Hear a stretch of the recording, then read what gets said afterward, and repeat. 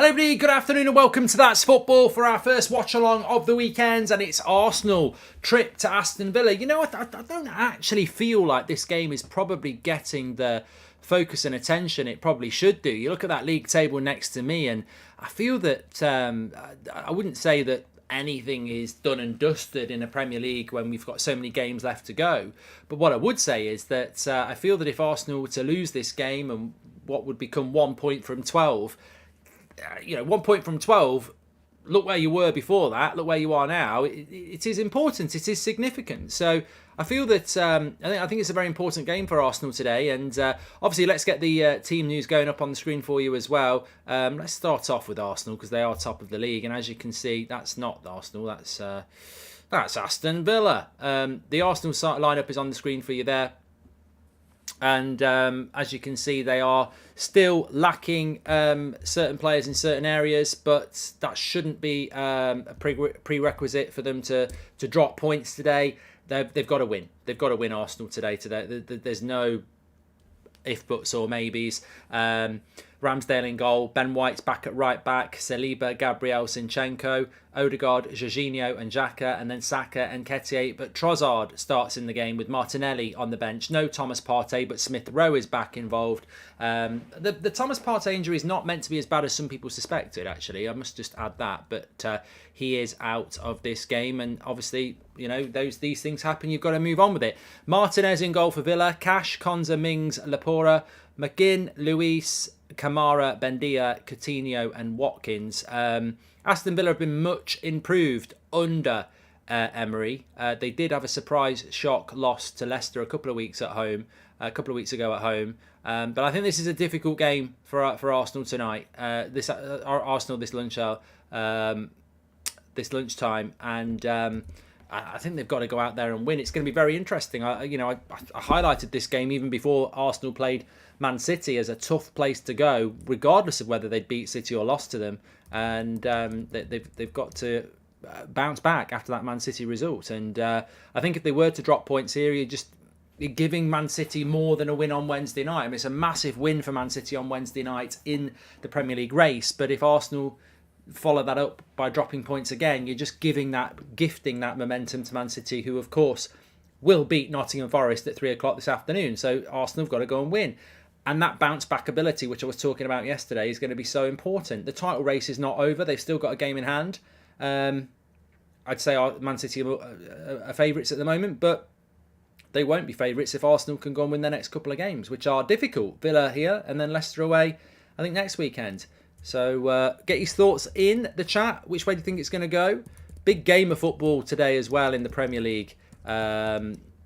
I think that the Everton-Leeds game is absolutely huge. Chelsea at home to Southampton. I mean, look, I've been a big advocate of giving Graham Potter time, and I do agree with that. But you can't not beat Southampton at home. He's got to win that one today. Let's get the stats carousel up and running. Sponsored by OneFootball. Links in the video description for that as well. Make sure you download it for free. It's available on Apple and Android and everything else. You can download that. Free to do it. Get all your latest breaking football news and the stats on there as well. I really like the way it individualises the stats of the players, so you can see what they're doing individually as well during the game and afterwards. So download it for free. You can do it through the QR code in the top right hand corner as well, or through the video description. We've had a few super chats coming in here. Hi Mark, I can send super chat in the United Stand channel. Can you check me availability? Am I blocked or something? Just said send you email. Okay, Andy, I'll have a look at that. And Ike, Mark, will you check your email for me as well? Thanks, Ike. I think people just got blocked this morning for stuff, didn't they, by the looks of it. There's a statement about a majority statement from Kian. Probably need a little bit more than that. And if Qatar buy United, then the city should be called Oilchester, says Mad. Look, I've already done a video on this channel. You know, it's not exclusive to the United Stand. We've got our own community here where everybody is welcome. And I've been doing a lot of content on the United Stand, which is why I've got my United tracksuit on, talking about these bids that are going in for the club and Qatar, etc. But I'm wide open to the fact that this is a channel for everybody to get involved in as well. And that's why I did a video, and I feel that everyone's entitled to their opinion, I did a video this morning when Newcastle got took over. I said I didn't agree with it, but I also said that a lot of that was about bitterness and jealousy. And I think we're seeing a lot of bitterness and jealousy from other clubs now. The reality is, if Man United get bought by Qatar or any other wealthy billionaire, we're not the first. Newcastle have already done it. Man City have done it. It's the path. You can resist it or you can demand that your club does it. Because if you want to win things, Arsenal, you need multi-billionaires as well. So does Liverpool. We might not like it. You might want to stay not like that. But if you want to stay not like that, you won't win things. Sir Bobby Robson, 90th birthday anniversary. Rest in peace, Freddie. Yeah, I loved Sir Bobby. One of my favourite managers. So how old was he when he died then? Because I always thought he was well into his 80s, but he died quite a few years ago, didn't he? So, and also a lot of people saying rest in peace to Christian Atsu, the footballer who's obviously been found dead in Turkey. Obviously missing ever since the earthquake. And the horrible thing about that was there was rumours that he'd been pulled out alive a few days ago, wasn't there? Obviously, I think that came from... I think his agent confirmed that was not the case, and now his body has been recovered from the rubble. One of over 45,000 people who have died, and football, obviously, everybody in the chat, I'm sure as well, sends their thoughts and prayers, and I think it's going to be a long process for that region to recover from such a devastating disaster, and I think we can all play our part in helping them do that, hopefully over the coming days, weeks and months. Sad about Atsu. I think he'd scored the winner the day before, hadn't he, for his team. Emery's pride versus Arteta's naivety, says Addy. And Mark, would you rather have the Glazers in charge but not part of the Super League, or have the Qataris in charge but be part of the Super League? Liam, I'm not answering questions like that because they get clipped and they get taken out of context, and I'm just not committing to that sort of hypothetical hyperbole. I mean, you've got it's contradictory anyway, because Qatar own PSG, who didn't want to go in a Super League, and the Glazers own Man United, who did. So you're trying to flip it the other way and saying, would you rather have Qatar and be in a Super League, or stick with the Glazers and not be in a Super League? Which is more than hypothetical. It's complete nonsense, because the opposite actually happened.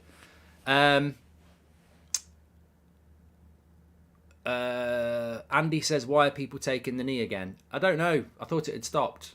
I have noticed it back. I don't know.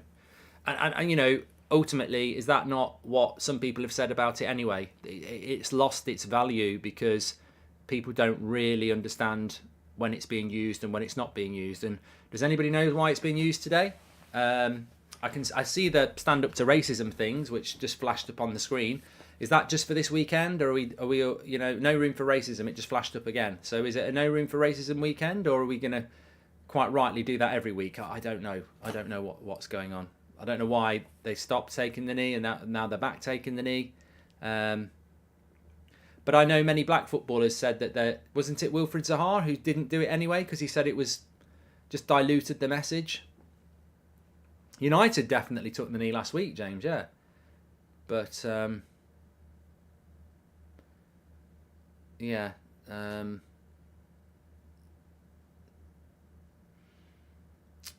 Anyway, we move on.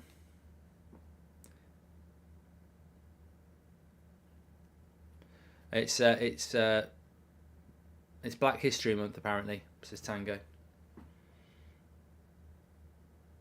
Trossard looks like he needs some sleep. He's like me. I have that. I get really bad, really tired eyes. A statement from Ineos said that Sir Jim and Radcliffe have submitted a bid for majority ownership of Man United Football Club. Okay. I'll tweet that.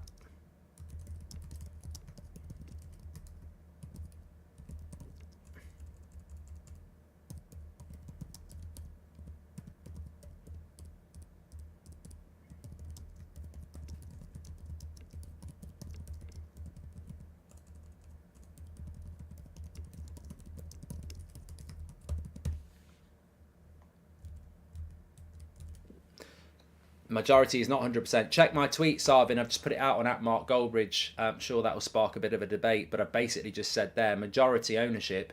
I tell you what, Qatar ain't won the race if Sir Jim or anyone else is offering the Glazers to stay.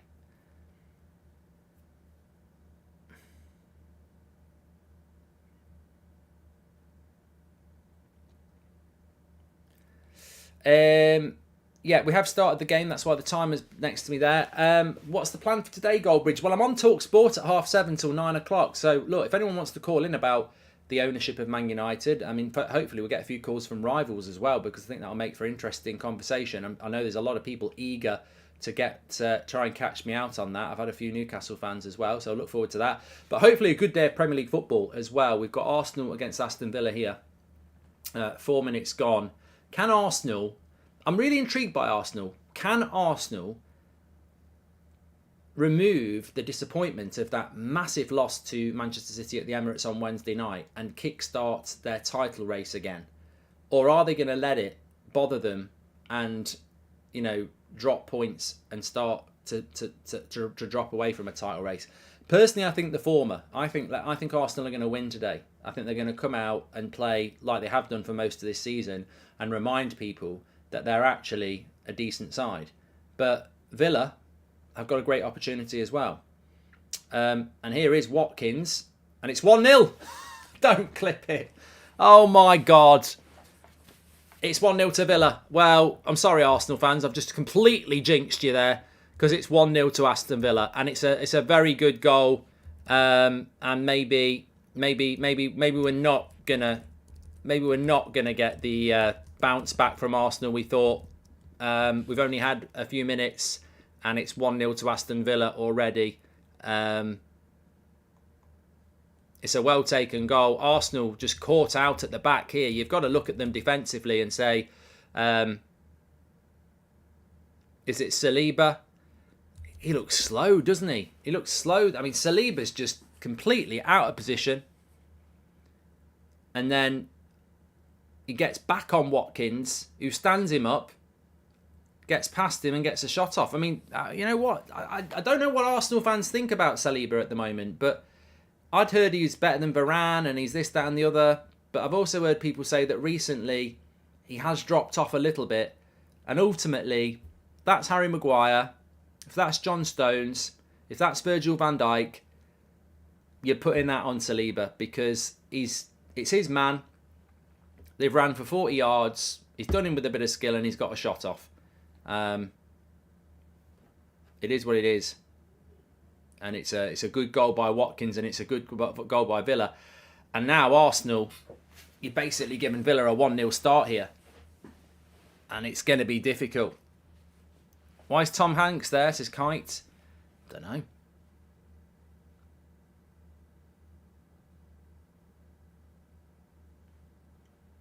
But the pressure is on Arsenal, isn't it? The pressure is on, and there's so many people expecting Arsenal now to just drop off and bottle it, and well, only they can change that. I spoke about this yesterday on the preview. I said, look, really, it's how Arsenal react. Are they going to feel sorry for themselves? Are they going to believe that they're bottling it? Or have they got the mental determination to just keep doing what they've been doing this season? First attack for Villa and a goal.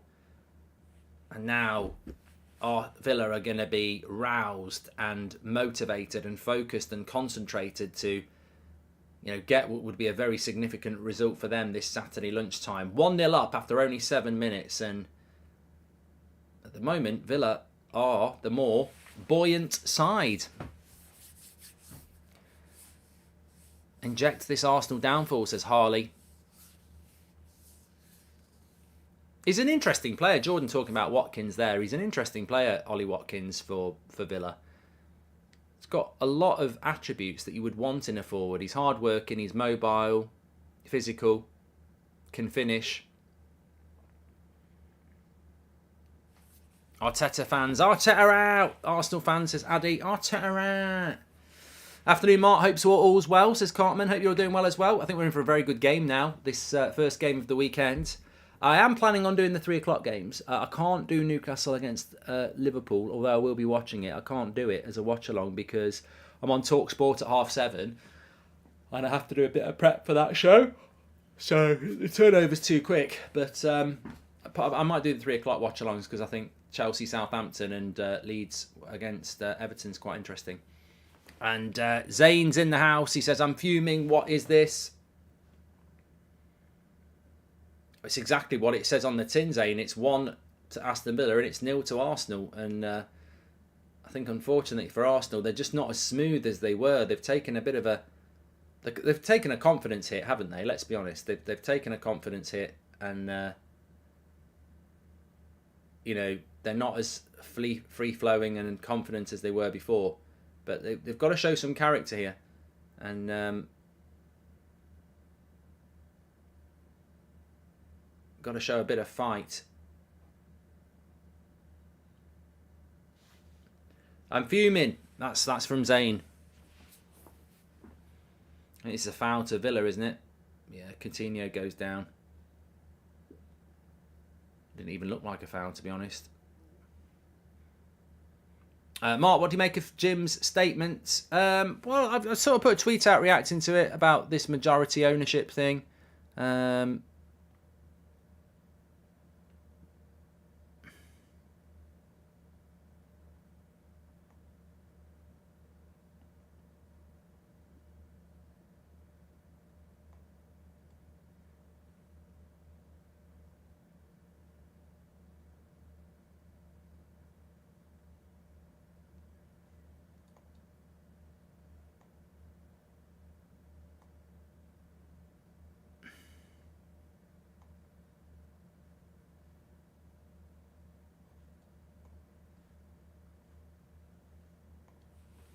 Ramsdale getting caught with the ball here a little bit. I mean, one thing Arsenal cannot afford to do is go 2-0 down.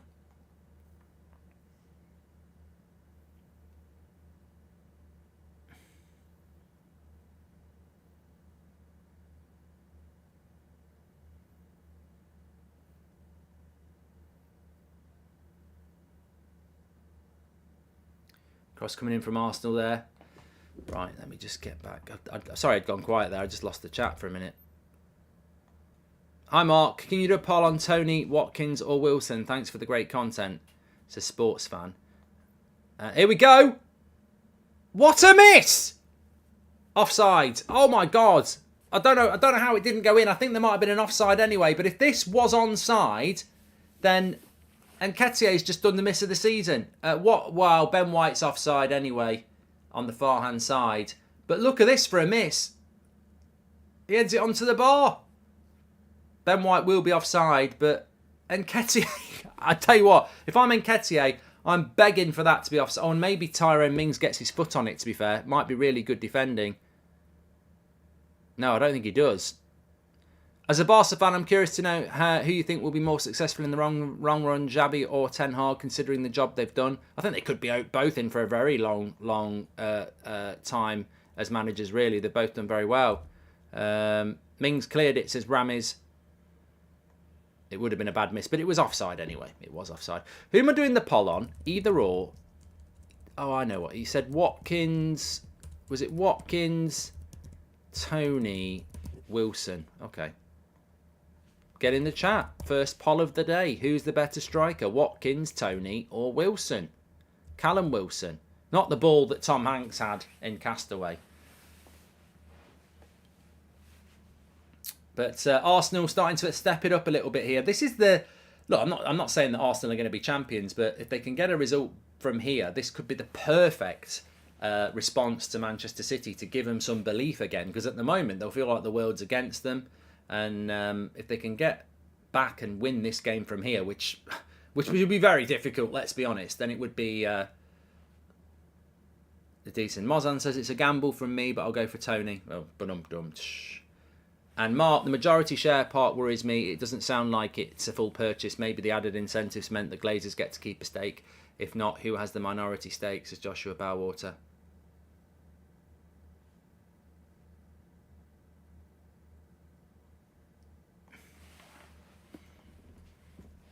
Well, I'm just going to... I'll whack a tweet out there.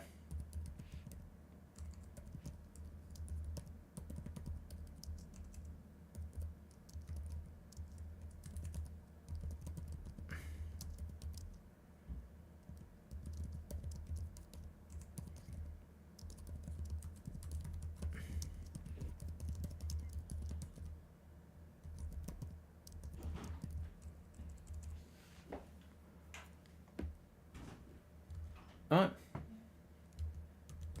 As a United fan, if you couldn't get Kane or Osman, would you take Mitrovic, says Zeus? I think he's a good player, yeah. I think he's a good player. I think you're right, Joshua Bowwater. I don't want to focus on Man United too much because we're watching Arsenal here and it's an interesting game. But what I would say is that Sir Jim Radcliffe's Ineos have put out a statement talking about majority ownership. They also mentioned a bid plus incentives last night. Well, to me, a bid with incentives and majority ownership, well, who are you incentivising? How do you incentivise somebody you're buying a club from? Their incentive is the sale price. Majority ownership and incentives sounds like Glazers are staying. How do you incentivise? If I buy your house, I buy your house. How do I give you incentives when I've bought your house? If I'm getting incentives, it must mean I'm staying in some capacity. Up the Villa Mark, Emery's a genius, is the HPN. Thank you very much.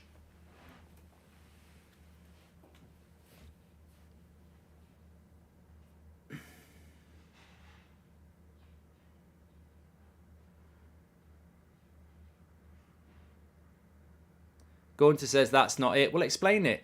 I mean, majority ownership could also mean some fan ownership as well. Consent to capitulation from Arsenal. Don't think we can win, but if Kaz and Rashi stay fit, I think we can push City, says Daniel Kirk. Well, Arsenal doing all right now. They've settled back into it. I mean, I think from Villa's side, if I was Villa, I wouldn't rest on your laurels here. Oh, what a goal by Saka. I wouldn't rest on your laurels. Well, Saka's just absolutely nailed it. What a hit by Saka. It's 1-1. And I tell you what a response that is. 1-0 down in the first 5 minutes. And Saka, somebody just said in the chat, has Saka had a shot yet? Well, he has now. That's a fantastic hit. And 1-1. Emery says, calm down. 1-1. But that's a big bounce back for Arsenal, isn't it? I basically keep jinxing both sides here. But the cross came in from Ben White. Mings heads it back and Saka takes the assist. You've got to ask what Tyrone Mings is doing there. That's terrible defending. I don't know what Villa fans think, but he's on his own 6-yard box. Head it out. Exactly. Tom says, why? I mean, I do not know why a centre-back is heading the ball back towards his own 6-yard box. Head it out. But lovely finish by Saka, and it's 1-1. That's a shame for Villa because that's crappy defending and Saka makes it 1-1. So Arsenal back level after 16 minutes. They'll now feel that they, go on and win this game with plenty of time left. Villa need to reassess themselves here. I thought Villa started off well, but they made the stereotypical mistake against the big side. You get an early goal and you're suddenly like, let's keep what we've got. Sean says, should the keeper do a bit better? Looked very central. I mean, Martinez is a good goalkeeper. He's not normally the sort of keeper that makes mistakes. I'd have to see it again at half time to assess that. But I certainly think Mings has to do better. You'd be furious as a coach for that. I mean, it goes against every defensive rule book. If in doubt, kick it or head it out. You don't head it back into your own danger area. But it was a rocket, says Eric. I don't think Martinez could have saved it. Yeah, power will beat a keeper, regardless of placement. Can you do your predictions for today's game? Tony won the poll, by the way. If you've got any other polls you want to do, let us know in the chat. We'll whack them up. So 1-0 to Villa early on, but Arsenal have equalised with a Saka rocket, and now we've got, 20 minutes of the first half, and I think Arsenal will be feeling a lot more confident than they were at the start of the game now, having got themselves back into it.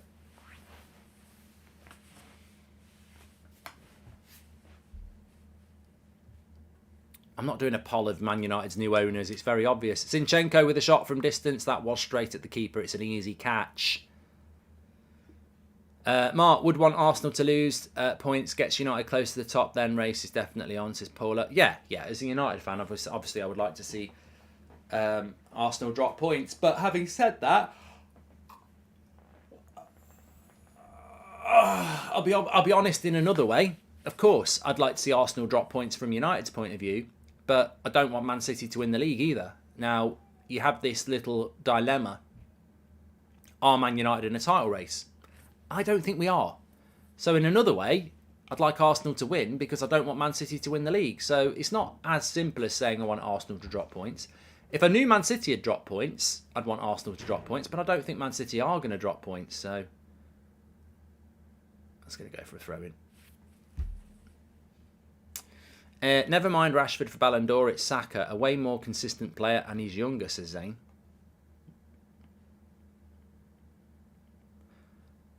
Let's do a poll. Either or. Saka, Rashford.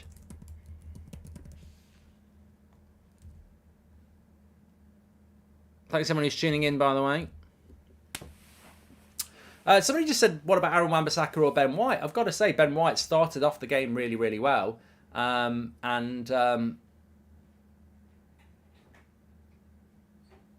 think Arsenal are better with Ben White. I know some Arsenal fans like Tomiyasu, but I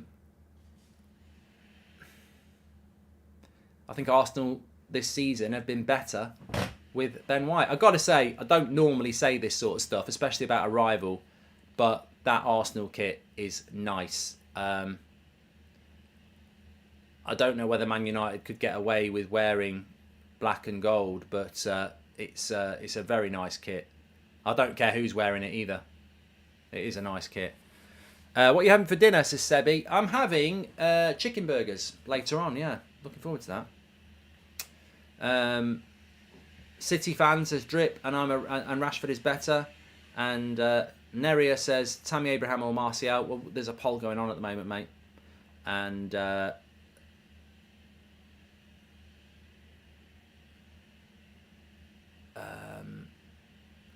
thoughts on Wolves at the moment, says Pro. Big game for Wolves today.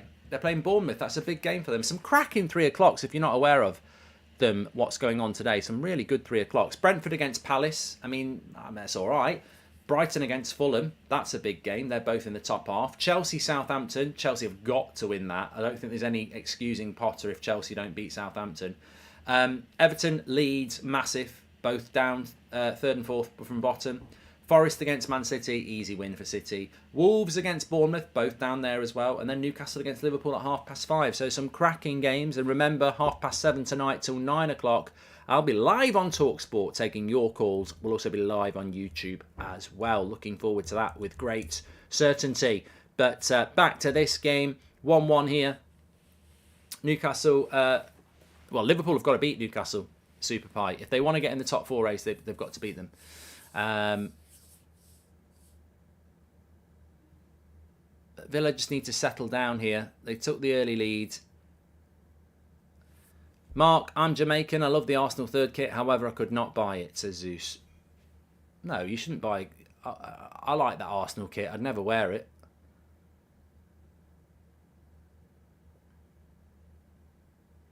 I think Adidas have done better kits for Arsenal than they've done for United. It might be a controversial take, but I do. Watch along for Liverpool, Newcastle. No, Aaron, I can't. I've got to do Talk Sport tonight, so I can't do the 5:30 kickoff, unfortunately. Hi,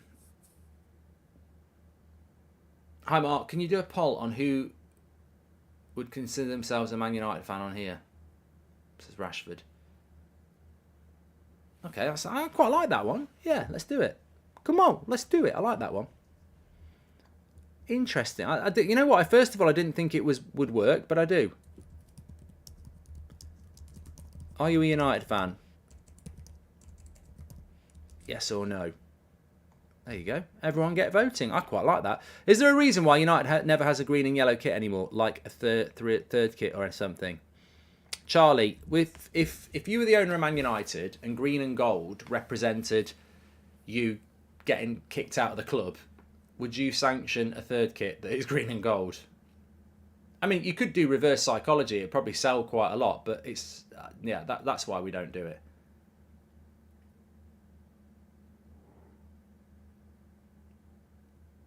There's a foul on Xhaka. Oh, I tell you what I wanted to speak to you about.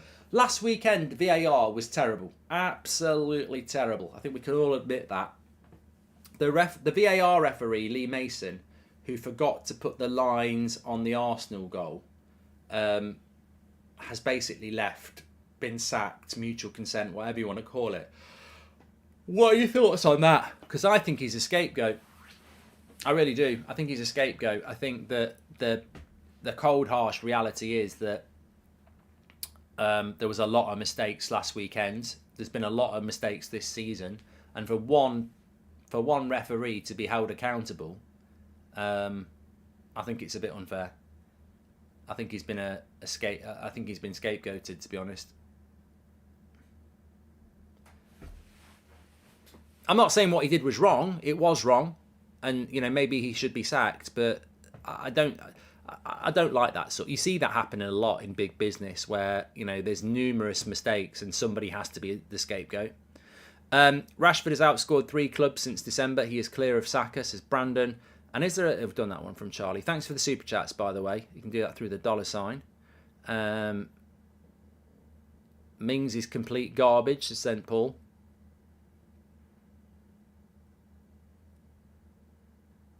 Wayne says he's got to go. He's got to go, bruv. He didn't use the lines. It's incompetence on a whole new level. Did you prefer the away goals rule in Europe, says Daz? You know what? I might surprise people here. I'm a bit stuck in my ways and I'm a little bit opposed to change. I do not have a massive problem with the... I am going to do 3 o'clock watch-alongs, George. Yeah, I don't have a massive problem with the away goals rule being got rid of. I haven't really noticed a big problem with it. Obviously, it would benefit United on Thursday because with 2 away goals, if you draw 1-1, you're through. But I haven't really noticed there being a problem with away goals going. So I actually think they probably got that right. Mohamed wants Villa to win this so bad. Well, at the moment, it's pretty 50-50. I mean, they've done well to get back into it, Arsenal.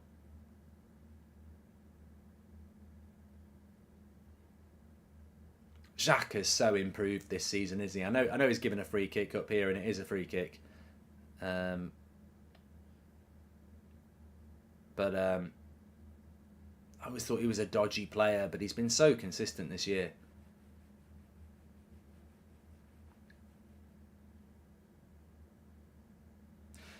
Wales says, I think away goal rules adds more spice to games. I actually think no away goals makes it a little bit more attacking. You think about Man United at the Nou Camp on Thursday. I don't know the theory behind it, but it does make it more attacking. Would Mount be a good signing for Liverpool, says Brad? I think Mason Mount's a really interesting one because he's a good player who's just not doing very well at the moment. And maybe sometimes a change is the right thing. I mean, this is what I was saying about Rashford at the end of last season. He'd had 18 months where he'd just not been very good. And it felt like, these PSG rumours might be a good idea for everybody. United get a bit of money. Rashford gets a fresh start, new perspective. Obviously, his brother, who's his agent, had been over to speak to PSG. That's why it was a possibility. But then you get a new manager, and that gives him the fresh start. So I think what people don't realise with someone like Rashford is that, it's almost deemed criminal now to say that we should have sold him last summer. But yet, most of the fan base thought it was probably a good idea at the time. If we'd kept Rangnick, he would have been sold. So, there needed to be something new around Rashford, and that something new was the manager. So with Mason Mount, there needs to be something new. Now, are Chelsea going to get a new manager? No. Does Mason Mount look like he's going to discover his old form? No. So maybe a move is right for everybody. I did play FIFA yesterday, Mark. I don't know where you were, but we played FIFA, definitely. It wasn't a dream. Abdul says Mount does need a new start. He's regressed.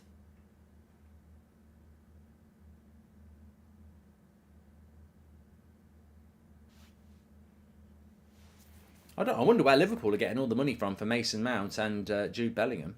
I mean, they do need some midfielders, so... 58% of you apparently support Manchester United. Well, I'd take into account that some people are doing that for the laugh. So, but look, you know what? Just shows you how big Man United support is. And I do have the biggest Man United fan channel, so I suppose people do come over. But Aubameyang not in Chelsea squad today. Thoughts as sports fan? It's worse with away goals when counted in extra time, says Ronnie.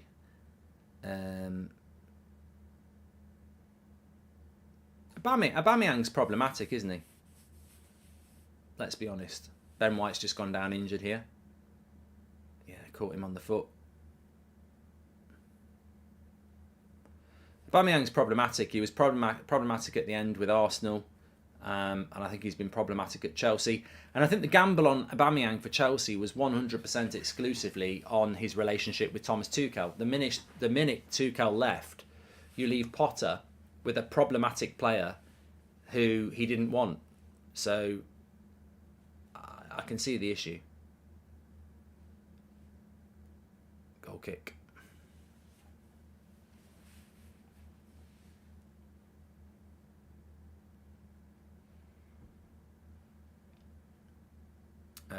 Kyle says Klopp's going to be backed with a 300 million rebuild.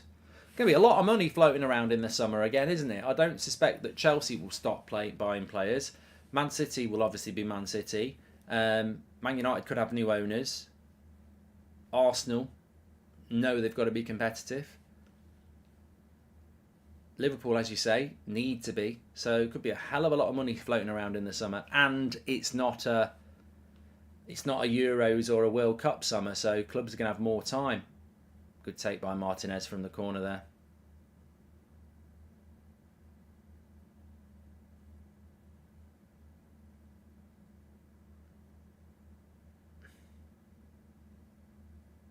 Game's just settled down now, half an hour gone. Villa with the early lead. 10 minutes later, Saka with a really good shot, but Tyrone Mings never should have been heading it back into that area. There's a good overlap here. Villa, edge of the box, should be 2-0, and it is 2-1. That's it. Coutinho, 2-1. Game on, and Aston Villa lead. And they've just carved them open like a Christmas turkey. It was so easy. And I look at those Arsenal players as they head back to the halfway line, and I do see fear. They've lost something, haven't they? And this is what people suspected might be the case. That Man City loss, that invincibility that they've maybe felt all season, is slowly eroding away. Goodison Park 2 weeks ago, Brentford at Emirates last week, City at the Emirates midweek, and now Villa Park. And Arsenal are on a fast track to 1 point from 12 here. But more importantly, they're just conceding goals all over the place. Look at this. It's just so easy. Lovely finish by Coutinho. Who's marking him? It's a straightforward finish. How much of a miss is Thomas Partey? How much of a miss is Thomas Partey? It's huge.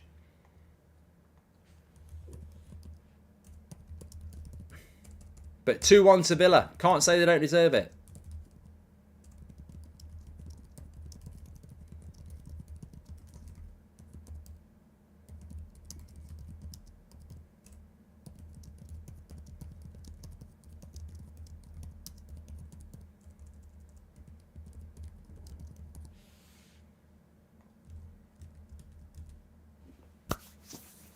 I do. Look, I can empathise is the word with Arsenal, because we see this with United.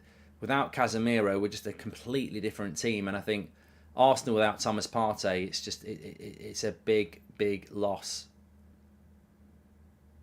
But you know, those things are going to happen, and that's why winning a Premier League is very difficult. Here's Saka on the left hand side, cross not quite good. It's 5 a.m. in Canada, says Zachary. Good morning. Or good night. Depends what you've been up to. We've all been up at 5 o'clock in the morning, haven't we? Sometimes you're getting up to go on holiday or something like that, or you've pissed the bed. Or sometimes you're up because you've been up all night. 3 a.m. in Indonesia, says Mohammed. You can have a beer tonight, Mark. I tell you, I feel feel a bit blurry. I only had 3 Budweisers last night, and it doesn't normally hit me like that, but I had a Peroni in the afternoon. I think that's the one. Hi Mark, hope you're well. Do you truly believe that you're out of the title race? I'd say they've got the best chance with their run of fixtures, says Andrew Potter. Man City's running is piece of piss. Their 5 hardest games are at home. 4 of them are at home. So they've got Liverpool at home, I think they've got Chelsea at home, Brighton at home, and Spurs at home. So I think that's their hardest games. It's 8 a.m. in Florida, says Astral. Zane's not very happy. Well, he can't be. He's just done a 99p super chat. I mean, Zane, what's going on? Energy prices is killing us all. Do you think Liverpool will sign Bellingham, says Lewis? And who do you think's had a better redemption season, Rashford or Xhaka? Well, I'm not doing a poll on it, but Rashford for me.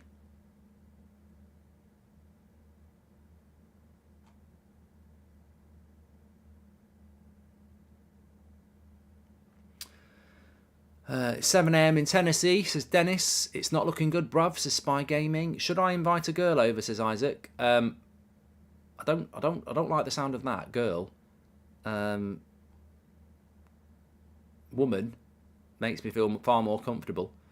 United are in the title race, bruv, says Amy, and it's 4 p.m. in Mecca in Saudi Arabia. Why can't Casemiro play against Leicester tomorrow, says Aaron? 3-match ban. Hi Mark, big fan of the channel, keep up the good work. Have you seen the latest statement by Ineos about majority ownership? I've tweeted about it, Chris. It's a bit concerning, but again, we need a little bit more detail probably.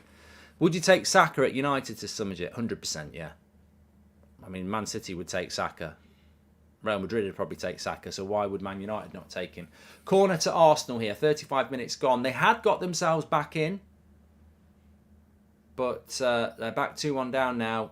Hi Mark, this is my first ever super chat and I don't know what to say, says Sahir. Well, thank you very much for it. And Ryan Taylor says 21 incoming, Mark. Look, Man United might finish above Arsenal. I think it could happen, but I don't see Man United closing a 5-point gap on Man City. I think they're just too good and too well used to it.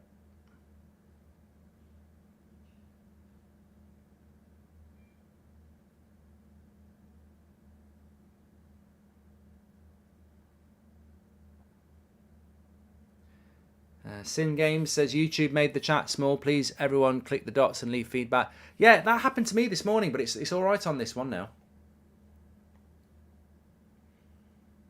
On United Stand this morning, it was like that for me, and then I logged onto That's Football, and I've got the big chat again. Can I get a shout out for my new Hammond? Says Chris Turner. I don't know what that's all. I thought what that's meant to be. In your opinion, who's a better striker, Kane or Haaland? Not just at scoring goal, who's the better player, says Morgan. Well, I'd rather have Haaland at Man United, but I think the better all-round player is Harry Kane. And Yanis says, love from a French United player. Voulez-vous? French United fan. Voulez-vous? Cronky out. Qatar buyers also. You already own Harrods in London, says Zane. They're in again, Villa. He wants a free kick. He's not going to get it.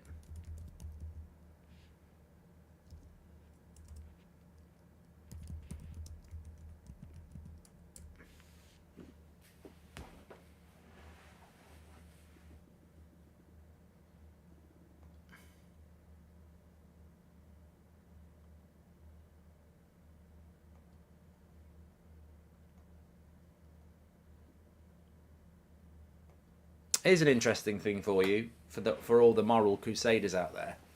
I didn't even know this until today. So down the road from me, the closest supermarket to where I live is Sainsbury's. Yeah, there's an outrage about Man United being bought by Qatar.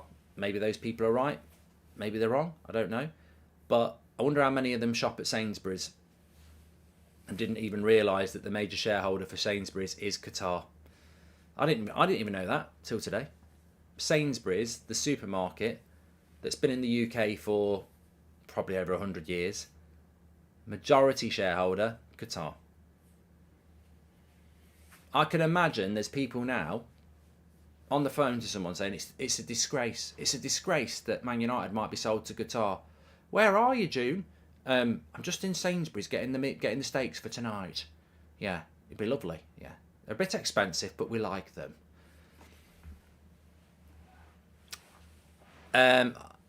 What do you think of Cody Gakpo, says Jonas? My opinion as PSV is I don't understand why he's playing as a striker. He's best from the left, and I've seen him since he was 16, 17. I don't know, because I think Klopp's got this ability to take good players and make them world-class players. So there's no reason why he can't do that with Gakpo. But I think he would have been better off coming to United, but we couldn't afford him. WX says, can you give a shout out to my dad? He's a professional sailor and he's competing at Euro. Yeah, I'm not an idiot. You know, a lot. I've been doing this a long time, and I could sense it straight away. So he wants me to say he's competing at Euro and then Anchor this weekend. So I basically, if you say Euro and then Anchor together, it's not the best one, and also I saw it, so that's 1 point to me. Nanka, thank you very much for the super chat there.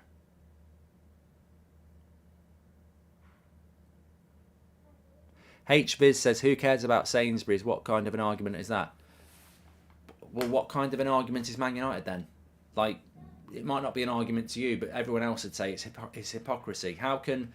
There's literally loads and loads and loads and loads and loads of Sainsbury's supermarkets in the UK, but Man United can't be owned by Qatar. I think it's very relevant in some minds.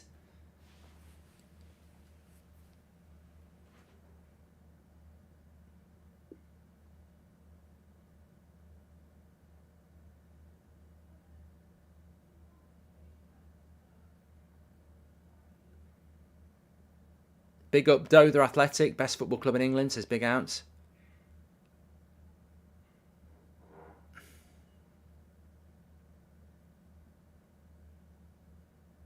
Peter's not happy with Trossard. A lot of hate for Arsenal in the chat.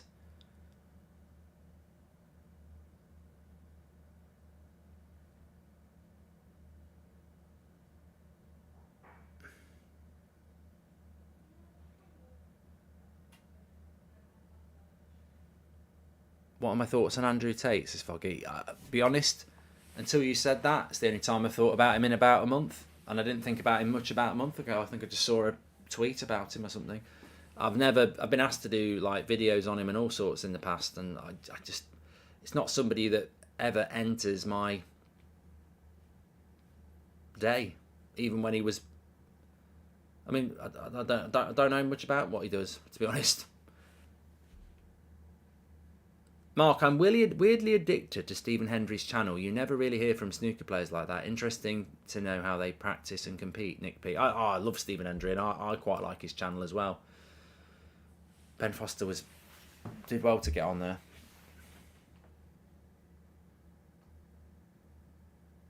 Jack says, Mark, have you ever been to Northern Ireland? And if so, what was your favourite spot? The airport on the way home. What a shithole. No, I'm only joking. That was a joke. I went to... I can't remember the name of the place, but Belfast. I like Belfast. And I've been to Belfast quite a few times. So I'd have to say Belfast is my favourite place. I want to do a show there. Feel like I haven't even noticed Trossard since joining Arsenal. How has he started off in your eyes, Mark? Am I missing something, says Bar. Drinks. I think that Trossard at Brighton was a fantastic player who's been brought in at Arsenal to basically be a squad player, and therefore it's always very difficult. I think when you're a new signing and you go straight into the team, you've got that adjustment time, but you know you're going to get minutes. I think with Trossard, he's trying to adjust off the bench, and I know he's starting in this game, but you know it's... he just hasn't adapted or got any rhythm yet.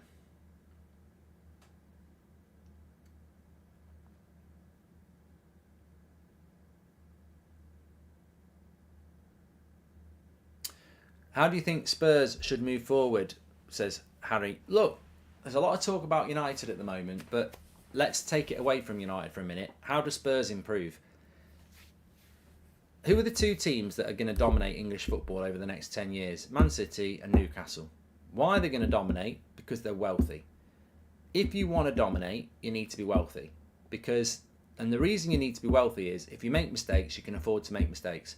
If you spend 60 million on a midfielder and they don't work, you can afford to just get rid of them and get someone else in. And that's what Newcastle and Man City can do.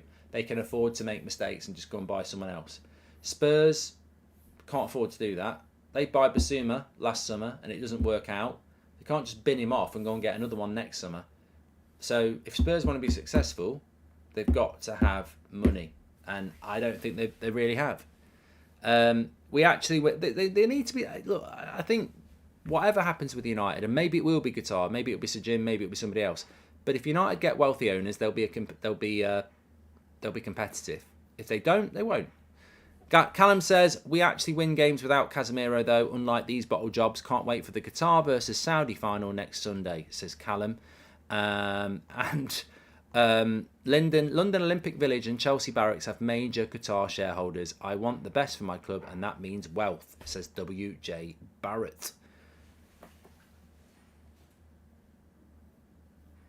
What's your opinion on Jack Grealish this season, says Dennis? Well, look, Grealish is a good player. I don't think anyone's saying that he's not a good player.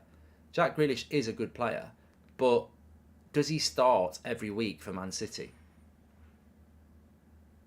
Some would say yes, some would say no. I think it's a very important season for Jack Grealish, and he needs to start doing what he did against Arsenal every week. He needs to be an important player for them. Were there any other bids for Man United yesterday, says Jude? Nothing officially public, but there is meant to be a third and fourth bid going in. I don't know why they haven't publicly done it, though, because if you are looking to buy Man United, you've surely got to... the fact that they haven't put themselves public, is that a concern? That they maybe don't have the best interests at heart?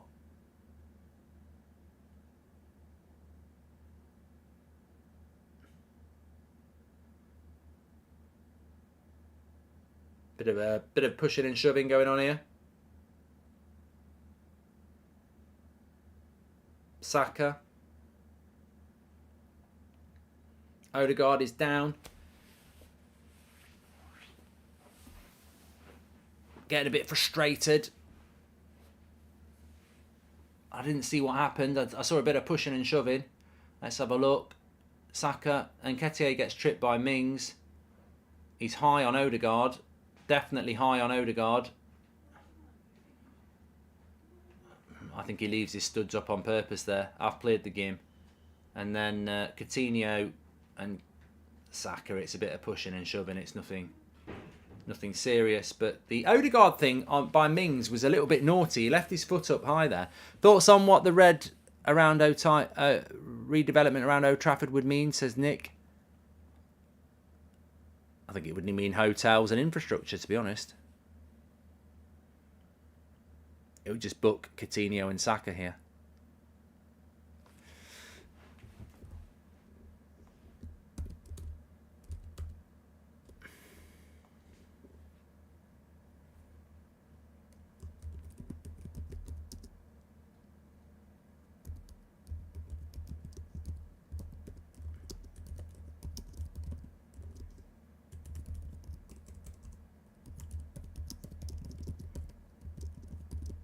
Well, they're going to go in half-time 2-1 down here, Arsenal. It's not easy. It's not easy to come back from 2-1 down away from home in a second half. So, Arsenal, a draw's not good enough. You've got to win these sort of games. I said this yesterday. If you want to compete for the title against Man City, you've got to be looking at around 90 points. If you want to be around 90 points, you can't draw games. You've got to win, win, win, win.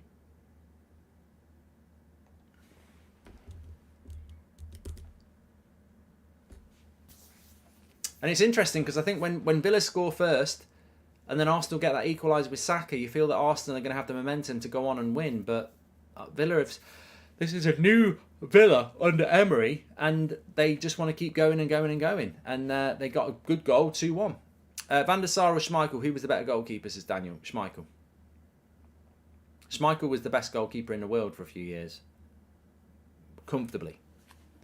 But goalkeepers were very different then. You know, Van der Sar would be way more suitable to the modern game because he could distribute from the back. In Schmeichel's day, you didn't. So who would I want to play in the modern game? Van der Sar. Because Schmeichel's distribution would have been crap compared to what Van der Sar could do. Sand says that we had a super chat. Saka has become a bit unlikable. Has that Arteta attitude? Well, there's nothing wrong with a bit of arrogance. You know, nothing wrong with a bit of arrogance. Ben says, lecturing other countries on human rights, all while our own can't afford to eat or heat their homes. Laughable. They will create jobs in Manchester, says Ben. I'm just having a bit of a stretch. It is half time. It's 2-1 to Aston Villa. And it's Arsenal who are in trouble here. They cannot afford to be dropping more points. Absolutely cannot afford to be dropping more points. They're just handing the title to Manchester City here. Let's have a quick look at the league table as it stands. There would be no game in hand in this scenario for Arsenal. They would be losing and Man City would be top. Of course, Man City play at 3 o'clock. Man City win. Arsenal get a game in hand back, but they need it to win it just to get back level. I mean, you think about where Arsenal were before that Everton result. What were they, 6 points clear with a game in hand? And now that's going to be completely gone if they don't sort this out. So, look, they've got a very, very big 45 minutes coming up. Can they turn it around? That's the job. And as we look at the stats so far, are Arsenal unlucky? Well, 67% possession, but 2 shots each on target. It's what you do with that possession that counts. And Aston Villa have created 2 good chances and scored. Have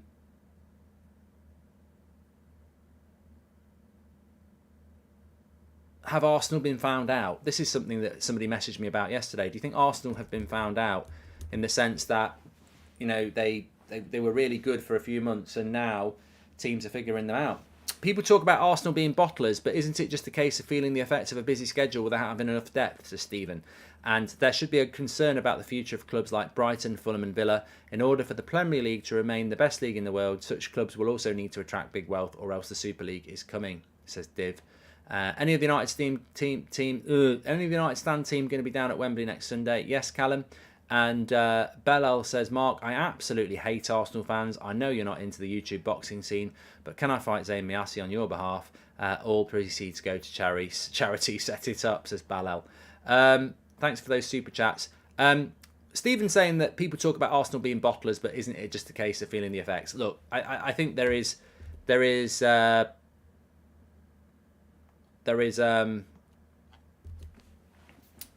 honest answer and there's the banter answer. I think, you know, football resides in one of two worlds. You're either winding each other up or you're going to actually tell the truth. From a winding up point of view, calling Arsenal bottlers, they always bottle it. You know, Arsenal fans themselves will expect that. It's part of the course. They give it out as well. The cold, harsh truth is very different. Arsenal are not bottling it. Arsenal were not put in the top 4 by many people at the start of this season. They're over-exceeding by a very, very long way.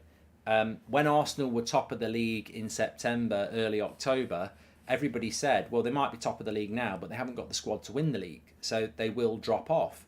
They didn't drop off until February, so they defied logic. But ultimately, all that's happening with Arsenal is they are dropping off like everyone predicted they would do. They don't have the squad that Man City have got. They lose Thomas Partey and they lose a lot. They lose Jesus and they lose a lot. This was always going to happen. Man United have seen it happen to them. I think if Man United and Arsenal had 3 more quality players each, they would be able to deal with Man City, but they just don't have that depth. And whilst it's funny to witness Arsenal bottling it, and Arsenal always get associated as bottlers, ultimately, if they finish the season in the top 4, if that was offered to an Arsenal fan at the start of the season, they'd say that's a bloody good season from Arteta. But of course, the context is you were top with quite a considerable gap a few weeks ago, and it's all fallen apart. But the context, it has to be that when you look at that Arsenal squad, nobody thought it would be going toe-to-toe with Man City for a title at the start of the season. My favourite United player is Ji-sung Park. He was criminally underrated and you could ask him to do anything and he would give his all, says Jackie. Welcome to the Members Club, Div. Thank you very much for tuning in. Arsenal are the best bottlers in the Premier League, says Gamer Forever. Mark, like you said, and most of us, Arsenal needed to invest more in the January. Now it's coming back to haunt them. I don't think Arsenal could have done any more, Daniel, than what they did in the January transfer window. You're never going to get a striker. Chelsea need... Look, if there was a good striker available in January, Chelsea would have done it. Chelsea had 300 million spent in January and they need a striker. Why did they not buy a striker apart from Fofana from Mulder, who's a kid? Because you can't get hold of a decent striker in January. So what chance did Arsenal have? They did need a striker, but there wasn't really one available. They tried to get Caicedo. They offered more than he was worth, and Brighton said no. And I tell you what more could they do? They got Jorginho in, which was about the best they could do, having missed out on Caicedo late. If they got hold of Caicedo and Thomas Partey got injured, would Caicedo be better in that midfield than Jorginho? Yes. So I think Arsenal tried to do it, but ultimately fell short because there wasn't a striker available and they didn't get the midfielder they wanted. Cartman says, what's your thoughts on Napoli? Do you think the big European clubs are going to raid them in the summer? Yes. But Napoli don't need our help. They're a very well-run club and they won't let players go for cheap. But of course, even if Napoli win the Champions League and Serie A, good players there will go, well, I've achieved the dream at Napoli, now I want to go and do it at a massive club. So there will be erosion of that squad in the summer, yes. Definitely see Tottenham as the bottlers instead, says Kai. Arsenal bench isn't winning the Premier League. Their first 11 is good enough, though, in my opinion, says Kevin. What I will say is this next 45 minutes is absolutely key for Arsenal. I know there's still a lot of games to go, but you can't take 1 point from 12 and be in a title race. You just can't. And it's more the psychological damage. I mentioned this on the preview yesterday, that Arsenal, this game for Arsenal is massive. If you win this game, you're still very much mentally in a title race. If you lose this game, you're still mentally scarred from what's happened against Man City and Brentford as well. And look, I think Arteta's made a bit of a mistake this week psychologically as well. The message to his players is that there is an excuse. How many times has he spoken about the 2 points that they were robbed against Brentford? Like, you're never getting them back. You're never getting them back. You moan about it once and then you move on. And he still keeps going on about it. And you're never going to get them back.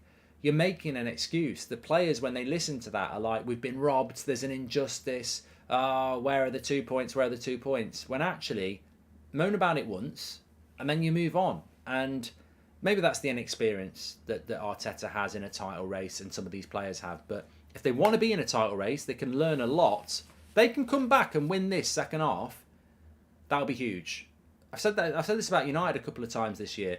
When we've, that Crystal Palace game when we're down to 10 men and we're fighting to hold on. That's character building, and that's what Arsenal need to do. Australian government still apologises to our First Nation people because of the crimes British committed on our land. But Qatar are the evil ones. Let the highest bidder win. Fairly glazes out, says Aaron. Thank you very much for that. Unacceptable, says Gark. Will Arsenal ever win the league in the rest of our lifetime, says Abina. I think that, look, I don't want to be the prophet of doom, but I've said this before with Arsenal. What makes Arsenal fans think that you'll be competing for the title next year?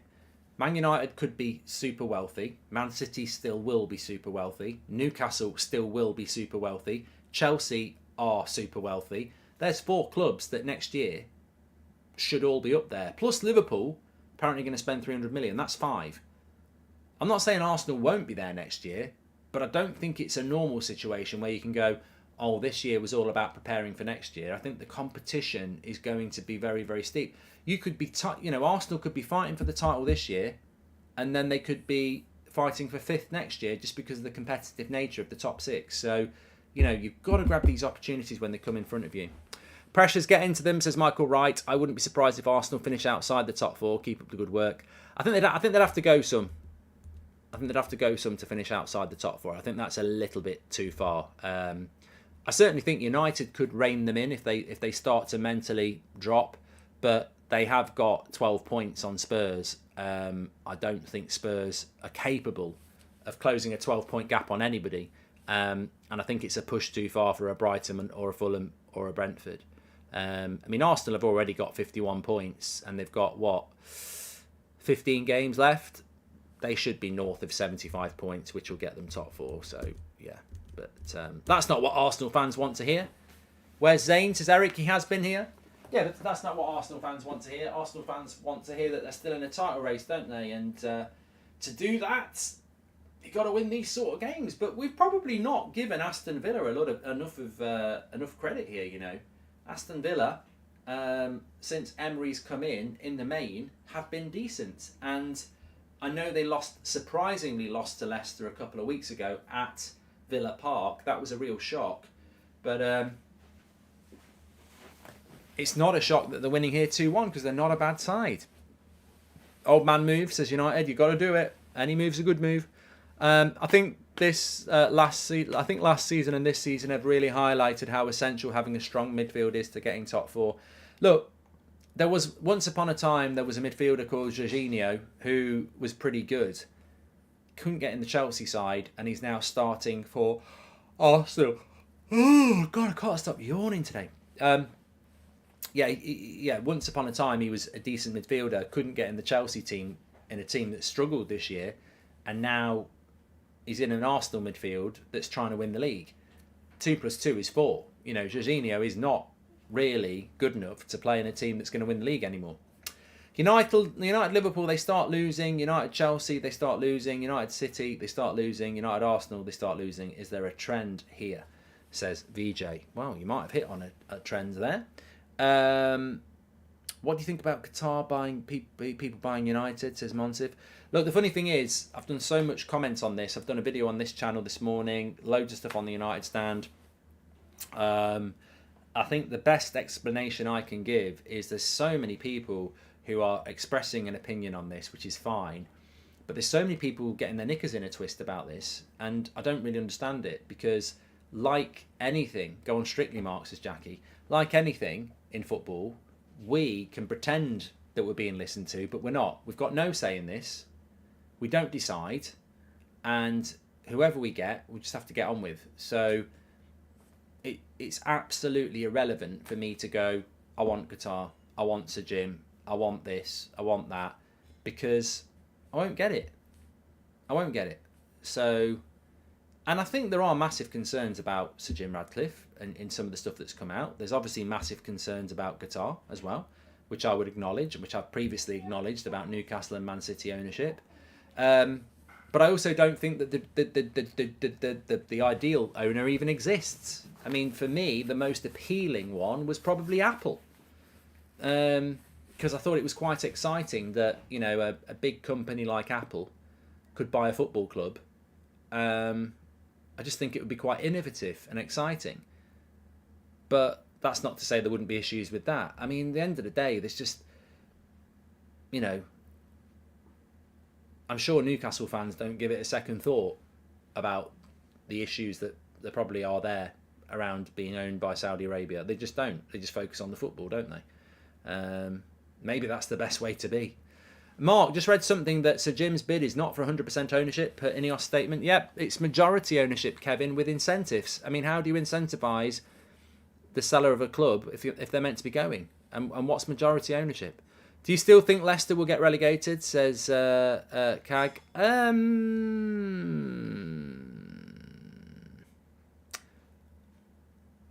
Qatar has got risk of sanctions as well, says Michael Creaney. I think the third team to go down is really, really, really difficult to predict. I've said this a few times. It's really, really difficult to predict. Bournemouth and Southampton, definitely. Southampton relegated themselves with Nathan Jones. That was as soon as I didn't know much about him anyway, but as soon as they appointed him, I thought that's got relegation written all over it. Bournemouth, I just don't think have got enough quality to stay up.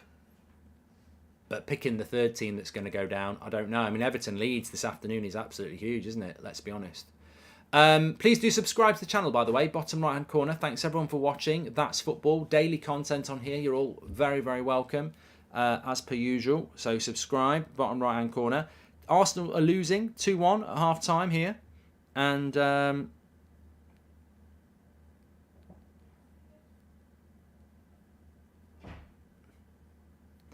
We've got players coming out for the second half. Ollie Watkins there, scored in the first half. We're only 10 subscribers away from 907,000. I need to change that subscriber number there. Thanks everyone for getting involved. Subscribe, bottom right hand corner. Players coming out for the second half. Don't forget as well that we are sponsored by OneFootball. Links in the description to download it. The QR code in the top right hand corner will work on your camera phone. OneFootball, get all your latest breaking football news, all the stats you want, individualised with different players. It's free to download. It's on Apple and Android, and you can download it. What? Why have I not started here? Wait a minute, let me get this timer working. Here. The game has started in the second half here. I just need to get the timer going. 17, 18, 19, 20. There we go. We're up and running. Do you think that Arsenal will get back into this? It doesn't have the feel of it at the moment, but the next goal's crucial. Arsenal need to find... If Arsenal can start playing like they did a few weeks ago, then they can win this game. But the trouble is at the moment, how mentally scarred are they by the last few weeks? It's so easy for us to sit here and go, why are they like that? Just sort yourselves out. But we've seen it time and time again where teams just get into a rut of bad results, and somehow they've got to try and find a way to get their heads back in the game. I played the game, and they're struggling at the moment. Let me take that.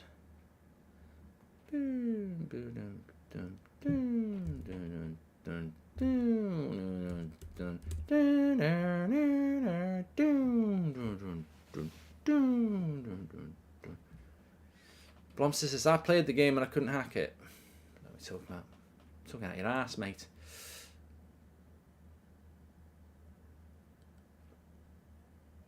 I haven't played in a long time, Lloyd, that's for sure.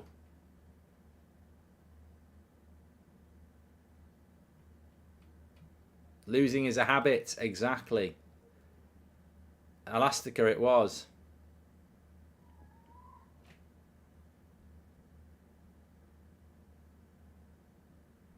As a Chelsea fan, I just want to say, Arsenal bought Jorginho, immediately no wins. Brings mentality of 10th place this season. Man City, don't thank us. There we go. Thanks for the super chat.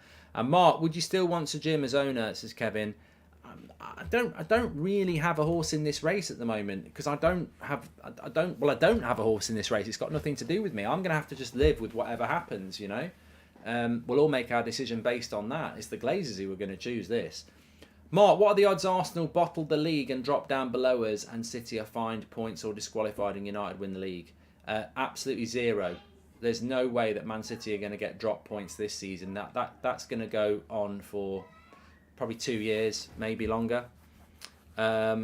Is there a shortage of top tier strikers? I can personally see Ollie Watkins going as backup to a top 6 team. Keep up the good work, says Ollie. Thanks very much. And so Jim, I think Ollie Watkins off the bench for an Arsenal or a Man United wouldn't be terrible. Here's Odegaard. I think he was offside anyway. Saka.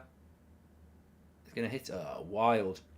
Daniel says that Sir Jim's bid is an absolute shambles, to be honest. He claims to be a United fan and wants to be in a partnership with the Glazers. Riddle me that. Well, we don't know that he wants to be in a partnership with the Glazers, do we?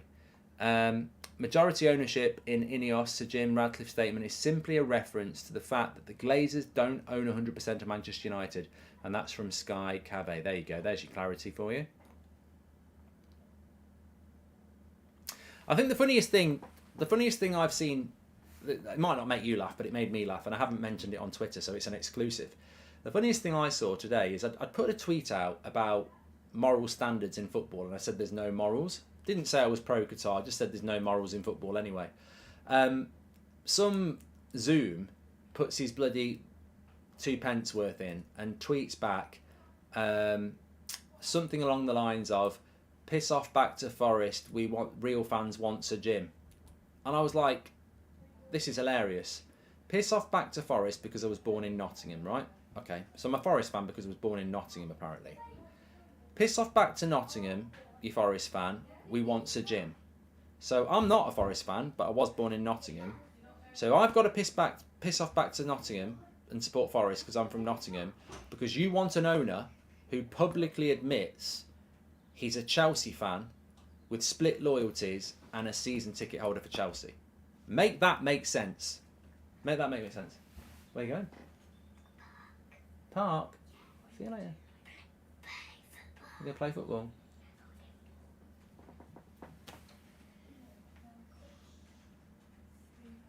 This is the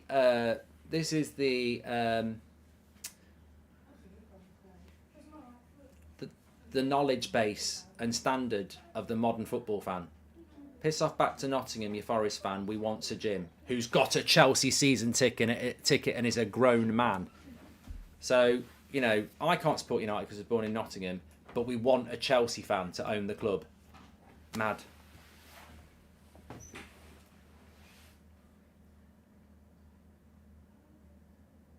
Imagine they said that to someone foreign, racism written all over it. Oh yeah, but it's not racism, is it? Because you can get away with that based on different areas of England. It's not racist to say piss off back to Nottingham, you're not a real fan. But you're right, if you said that to someone from like South Africa or something, it would be. It's just idiotic. And look, I've got nothing against Sir Jim Ratcliffe being a Chelsea season ticket holder. Like he said, he has split loyalties. He lives in London. He likes to go and watch Chelsea, and he's got a Chelsea season ticket. But, you know, as many Man United fans will tell you, the way our fan base works sometimes is you're not a real fan if you're not from Manchester, you know.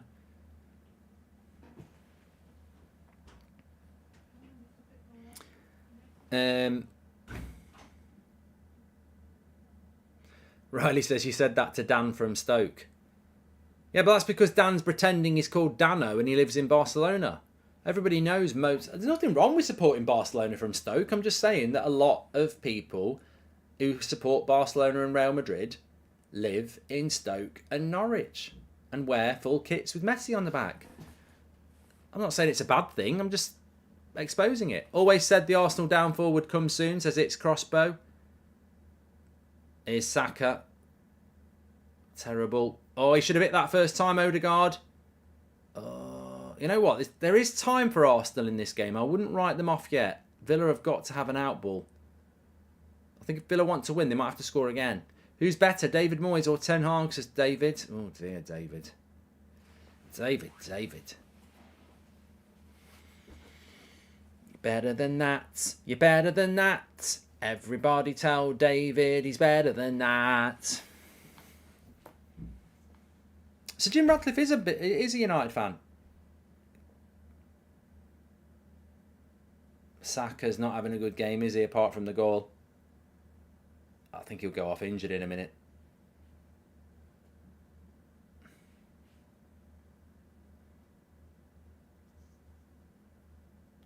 I think he's had enough. Even before this shot, he was signalling to come off. That's not good news for Arsenal, is it?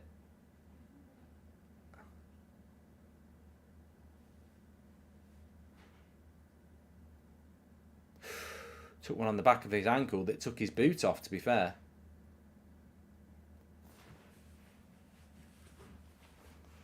Wakey, wakey.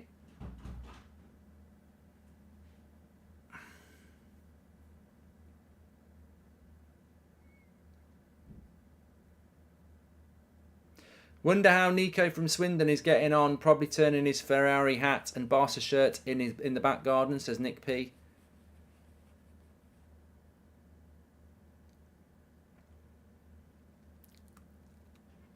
There's nothing wrong with supporting a club from anywhere in the world. You know, there's nothing wrong with Dan supporting Barcelona from Stoke. All I would say is, why? I was out in London last week doing this podcast thing with Ben Foster, and we were all having a beer afterwards. And I was taking the piss out of Man City, and one of the lads said, "Be careful, I support Man City." I said, "I never knew you supported Man City." And then the conversation started, as it always does with me, is, at what point in 2009 did you start supporting them? And he said, "Well, no, I started supporting them in 2010 when I was 11. And I was like, "Okay, who did you support first?" "Chelsea." I said, "This is. There's nothing wrong. There's nothing wrong with being a Man City fan, but you are the definition of what people think Man City fans are. And that's I know this person. God's honest truth. That story is the story. Started supporting Man City in 2010 when he was 11 and had been a Chelsea fan before that. So you can support who you like, but it's the story of why you support them that matters. It's not who you support that's up for question. It's why you support them. I support Manchester United because they won the treble and I was about 19. No, I support Manchester United because from a very young age in the 80s, I used to come home from school and my granddad and uncles were builders. So on the winter nights, they wouldn't be building when it was dark at 4 o'clock. So they'd be having their tea when I'd be having my tea. And they'd always have VHS videos on of, the United story and Sir Bobby Charlton and all this lot. And my granddad absolutely loved Duncan Edwards, which is why I've got that book just here, down there. My granddad's book, that is. I don't think you can get hold of those books anymore. It's brilliant. It's all about Duncan Edwards' career. And so, yeah, I always had this love for Manchester United from a very, very young age, and it's all I knew. But I am from Nottingham, but that's what it was. And Man United weren't very good when I started supporting them. This was in the mid to late 80s. United weren't even very good. So it wasn't if I wanted to pick a glory team, it would have been Liverpool. And I hated Liverpool. So it's the story behind it. Arsenal have just hit the bar here, and Nketiah, it's not the sort of header he should score, really. Arteta's not happy, but I don't think it was easy. It's not easy, bruv.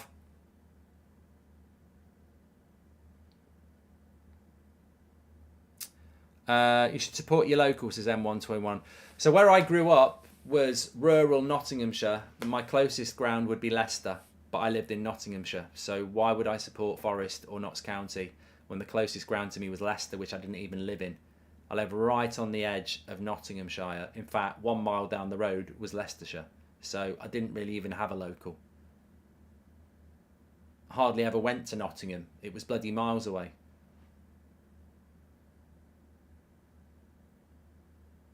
And Nketiah hits the Denver. Do you think Sir Jim has the funds to buy United and invest $3 billion? No. Not by the sounds of it, Amy. I think he's borrowing money to buy it. And then I think he's going to try and run us morally, which I think some fans will be very happy with.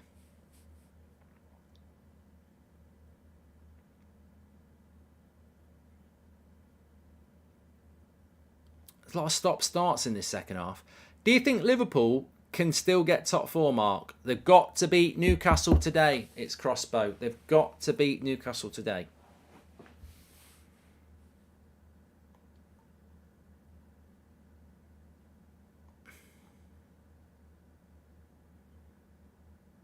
Oh, we've opened up the can of worms I wanted to. I'm just going to pick one out. There's a few coming here.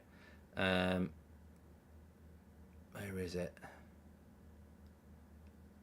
Ian says, support your local. Even United isn't local. It has American owners with majority foreign players. That argument is idiotic. Yeah. Support your local is just idiotic. I mean, if you're fortunate enough to be born close to a really good club, of course you will. But supporting your locals, it's just such a redundant argument. It's ridiculous. It doesn't even make sense. It doesn't make sense. If you think about all the immigration and people that come and live in different countries because of equality and diversity and, freedom of movement, how do you even support your local? It doesn't even make any sense. And what if I am from Manchester, right? And then I move to Dublin for work, and then I move to London for work, and I live round the corner from the Arsenal, and then Seb supports Man United. And then when he goes to school, they're like, why do you support Man United, you glory hunter? Well, because my dad used to live there and that's what the family does.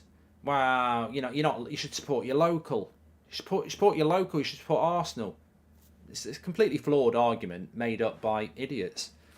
I was an innocent 15-year-old. I don't like where this is going, Luke. I was an innocent 15-year-old who saw Anelka. Oh my God. Where's this going? We don't want any of this stuff. I was an innocent 15-year-old who saw Anelka get the winner at the Walker Stadium. Thank God for that. Oh my God, I was panicking. I was an innocent 15-year-old who saw Anelka get the winner at the Walker Stadium. 19 years later, and the journey hasn't been what I thought it would. You haven't seen him win a title, Luke. Hi, Mark. How you going? Says Chris. Good, mate. And I'm an American, says Stephen. I don't have a local, so should all of us non-English people stop being fans? Oh, this is the thing, Stephen. I mean, this is the even bigger argument. Here's Saka. At least he's run his injury off. He goes for a shot, hits Mings. Zinchenko, terrible. Ben White's onside, though. This is what I mean. So everyone from the I think what we need is a top super fan book of rules. Yeah, if you're from England, you have to support your local. So if you're born in Bristol, and you have to support Bristol. Yeah, but if you're not from England, you can support who you want. So you may never come to England, but as long as you're from Canada or Africa or India, you can pick whatever team you want. But if you live in England, you've got to support the team closest to where you live. Get a ruler out, and that's how it goes. I mean, it's just completely flawed logic, isn't it? And it's insecurity. It's insecurity. People who have a problem with people supporting a club, it's insecurity. Arsenal pushing here. Zinchenko! What a finish! That's 2-2. He blasts it in. Game on. 2-2. Absolutely brilliant finish from the edge of the box. Corner ball. Comes to Zinchenko on the edge of the box. That's a good hit. I tell you what. He's angry. He's always angry, Zinchenko, isn't he? He's telling someone to F off now. But 2-2 with half an hour to go. And that's a big, big, big goal for Arsenal. Comes through from Odegaard. He'll get the assist. Lays it off to Zinchenko. Bang. Into the bottom corner. That's a smooth finish. That's a smooth finish from Zinchenko.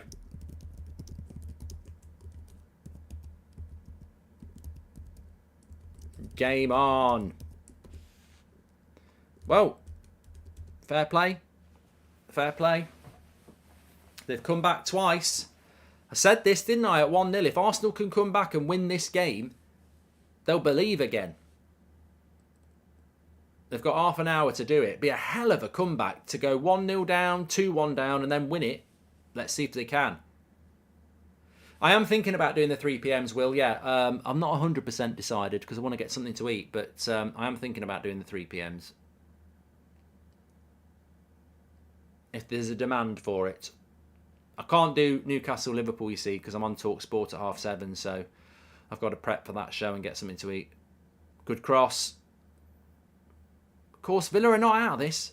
Mark, whoever buys Man United, I've got a gut feeling we're going to end up in the Super League. The Qatar need it for the brand and Sir Jim needs it for the debt, says Nob. You should do a show in Northern Ireland, Mark. I want to, Mark. I do want to. I really do. Well, that's the game I want to watch. I want to watch Chelsea and Everton Leeds. Keep an eye on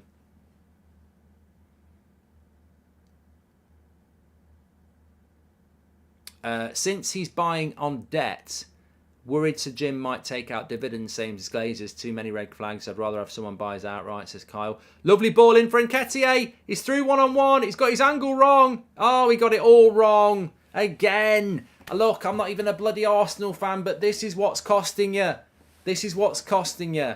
3 big chances against Man City. He takes none of them. Lovely ball by Odegaard. He's one-on-one and he just gets it all wrong. He goes. He's trying to get this. He's trying to get the defender sent off there.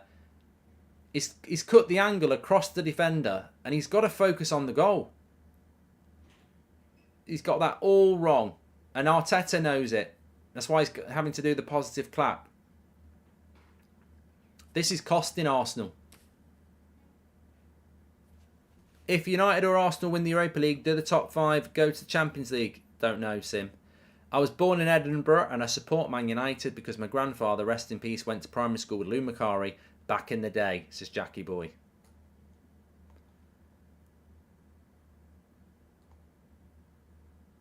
Thank you very much for that lovely story.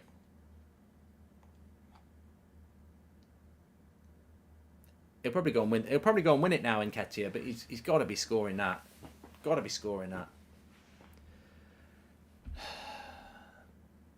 Odegaard is so good. I said this, for me, Odegaard's player of the year, but people don't want to. People don't want it.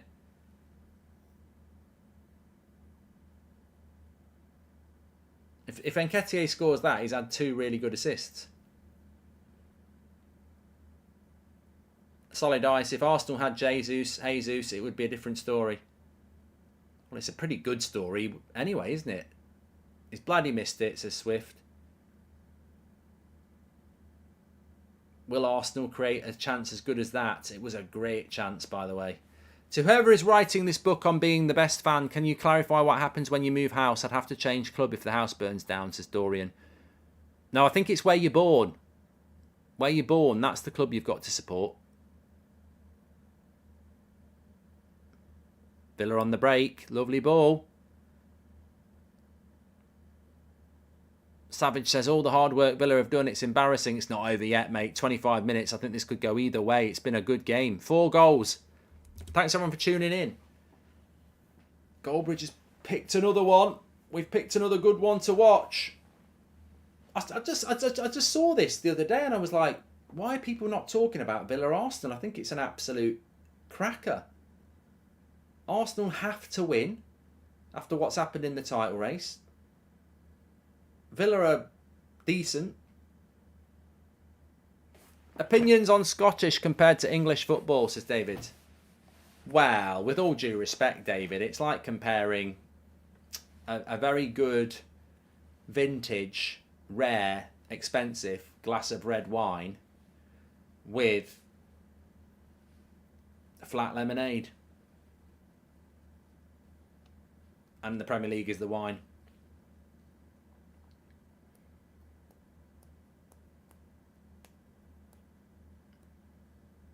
Scottish football is a little bit like La Liga, isn't it?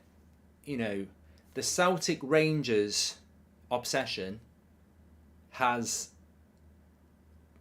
destroyed the competitive element.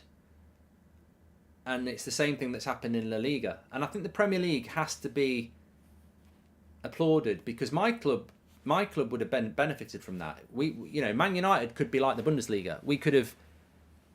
They could have created the Premier League in a way where it's like the Bundesliga, where Man United just pick the best players and dominate year in, year out, and the competition goes in the bin. The Premier League was revolutionary in the way of distributing wealth and making it very competitive. The alternative is that you don't distribute the wealth fairly, and the bigger teams get more money, and then you just end up with the situation where Celtic and Rangers dominate. Real Madrid and Barcelona dominate. I don't know whether the tide can be turned, but if I was Scottish football, and look, maybe you can't get Rangers and Celtic to do it, maybe no one else wants to do it, but I'd be looking for a way to make it ultra competitive, because then you'll have a better league. But obviously ultra competitive means that Celtic and Rangers won't win as many titles. Like Jackie Boy says, it's the same 2 clubs winning it all the time.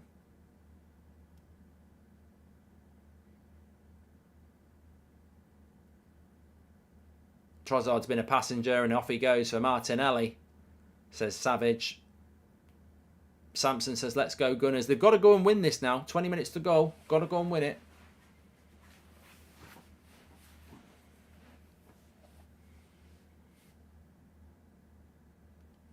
Opinions on Weghorst, in my opinion, is terrible, says Ruben. He's a hard worker. And to be honest, any time you hear that in life, you know what it means, don't you? He's a hard worker. You know, if you ask somebody about somebody in any walk of life, job, like, oh, I'm thinking of giving him a job, what do you think? He's a hard worker. And you just know what? You know what that means.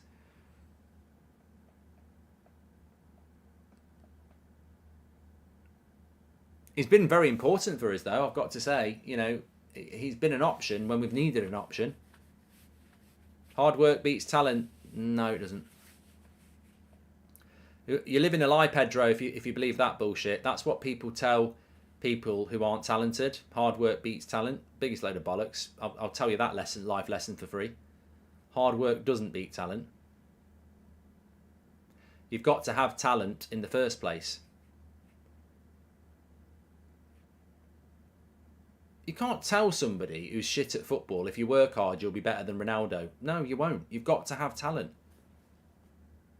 Talent without hard work is the biggest waste in the world. And I grew up with players. I've played the game. I've seen players who were very talented and got nowhere near professional because they were lazy, couldn't be asked, got interested in other things. But hard work on its own won't do it. What's your opinion on rugby league, Mark? No, Cassidy, not for me. It's never been a sport I want to watch.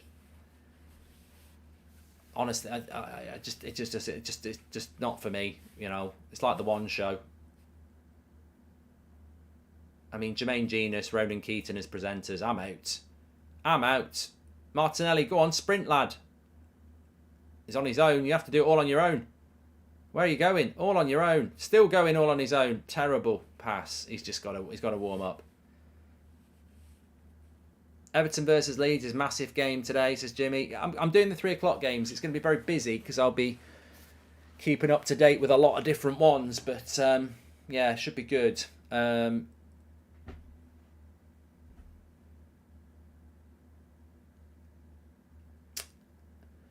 at the end of the day, Leeds United at Goodison Park, we're going to give them a right good kicking. And if that doesn't work, we're going to play a bit of football. Get the joke? I'd love it if we could beat the shit out of them, but that's not football, is it? We'll get a load of red cards and a ban, and we don't need that in a relegation fight. So, yeah, look, we've been working hard on the training ground, and yeah, it's a football game at the end of the day. If it was a fight, I mean, who's the manager of Leeds? I'd win anyway. They could have 2 managers and I'd kick the fucking shit out of them, but I don't know who the manager is, so at the end of the day I'll just have the bottle of wine and gravel to myself at the end of the game and celebrate the 3 points. But yeah, it's Saturday. I'm in a good mood. Hard work beats talent if the level of talent is comparable. Yes, Summerjit, I would agree with that.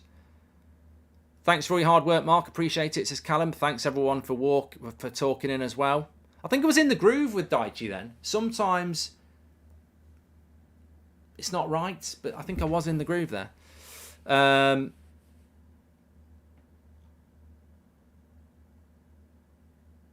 Who is the manager of Leeds? They've not even got a new... I don't understand this. I don't understand this new thing in football where you sack a manager, but you don't have someone lined up. I don't get that. Wolves did it at the start of the season. Leeds have done it. And Southampton are doing it now. I don't understand sacking a manager and then going and playing 3 or 4 games without one. I know it can happen, but I don't think it's ideal. Saka's in the box, 72 minutes. That's a corner, yeah. No, he's not giving it. He's giving a goal kick. The long-term effects of wealth distribution across European football can be used as a template for wider society. Fairer distribution equals better society. I like that, Ash. I like that. So many things can be taken as examples for society as well. And I think football is. I think the Premier League is, as you say, you can still have wealth. Like Man United are wealthier than Brighton. But Brighton can mix it up with Man United, and you know it's a fairer league. No one said, you know, somebody's talking about this on the United Stand today about Goldbridge is a communist. I mean, it's got absolutely nothing to do with anything we were talking about, and I'm not massive on that. You know, some people have interests in various things, don't they? You know, there'll be a lot of people who've been to university and stuff who've studied all the types of you know societies that you can live in, but communism. And I might be completely ignorant here, but communism, is that not where everybody drives around in the same car, everybody has the same house, the same salary? I don't believe in that. I don't believe in that at all. The Premier League is not communism. The Premier League is fairer distribution of wealth, so that you've still got wealthy clubs, like we've got Newcastle, we've got Man City, we've got Chelsea, we've got Man United. But there's a fairer distribution to make it a more competitive league.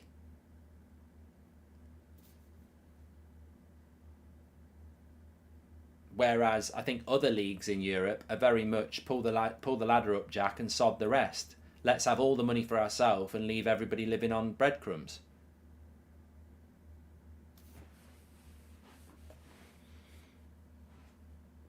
Come on, Villa, says Mr. Skies.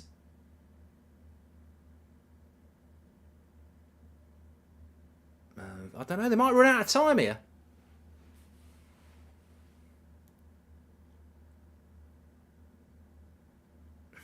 I'm starving. Absolutely starving. Aspiration is very important in any area of life. People must be able to aspire. If you're born into a working class background where your parents are, never been to university, may have never worked, may have been, for whatever reason, that can't be a barrier to you as a child growing up. You must, society must provide a way for you to reach your aspirations. What we were going on about there, you might have talent and you might have hard work, but that can't be there can't be barriers for that. You've got to be able to fly. I like that. I didn't even do that on purpose. So, you look at Brighton in the Premier League. Well-run club, talented players, good manager, not traditionally a big club. That's not a barrier for them to get in the European race, is it? That's what I'm talking about. Football and other areas of life can reflect society. When I was growing up, there was a lot of people who were poor, and working class did exist. And to be fair, a lot of my friends never would have gone to university because it just wasn't what their parents had done or their parents had done. I think that is possible now. Oh, Saka, you should have buried that. It wasn't a sitter, it just came up for him nice on the edge of the box. The problem is people mistake fairer distribution of wealth with equal distribution of wealth. Yeah, that's not what the Premier League's not equal distribution of wealth. If you finish first, you get 100 million in the Premier League. If you get relegated, you probably get 40 million. And that's just an example. So we're not talking about equal, we're talking about fairer. I don't know how it works in La Liga, but I think... Oh! Nketiah crosses it back. Odegaard! He's bloody missed that! What a mess! What a mess! Jesus, they should be in front twice. And I can't believe Odegaard has missed that. Mistake by Konza at the back. Nketiah pounces on it, rolls it across the box to Odegaard, and he misses the whole goal. This is a massive miss for Arsenal. They've had 2 chances to win this game, and you'd put your mortgage on this. You'd put your mortgage on Odegaard here. I'd have scored that. You'd have scored that. Unbelievable miss. Ronaldo wasn't born with amazing talent. He worked extremely hard to become the best. Messi was born with talent, but Ronaldo still became better, says Andrew. Yeah, but you're acting like Ronaldo was born with zero footballing ability. You've got, have you ever been at school when you're playing at lunchtime and some of the crap kids want to play and you put them in goal and even they're rubbish at that? Like, there are certain people out there, you've got mates like it, they are shit at football and they will always be shit at football. Their legs just don't work right. They couldn't trap a bloody bag of cement. Like, you've got to have some natural ability to work with. You've got to give, there are some people who are just dreadful at football. Dreadful. Their mind and body just doesn't work in that way. And I don't care how hard they work, they'll never be any good.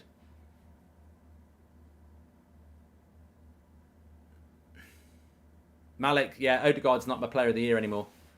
Absolutely rubbish.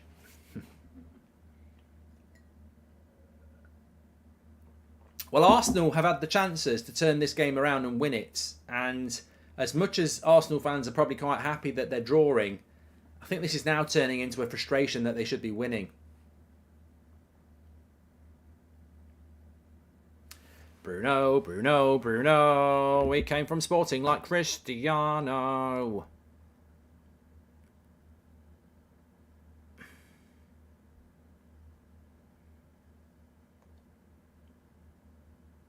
But Villa could still win this. Bailey. Oh, good tackle. Was that Gabriel? Dreams can come true. It was.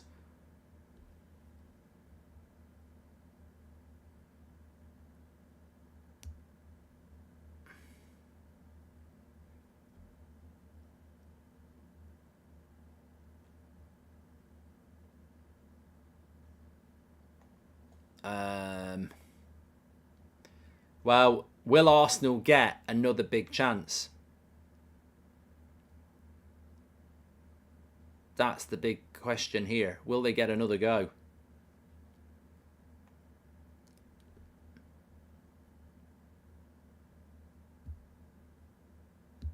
Oh, God. I've just had... Oh, you know what? I've just had some... They might be watching.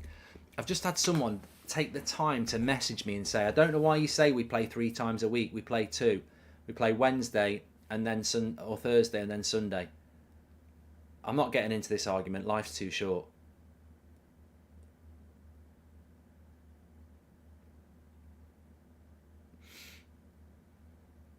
We play every 3.5 days. Our schedule is ridiculous. Lovely ball into Tomiyasu. Not a great cross. I'm not even entertaining it. It's ridiculous. Just having a look about. So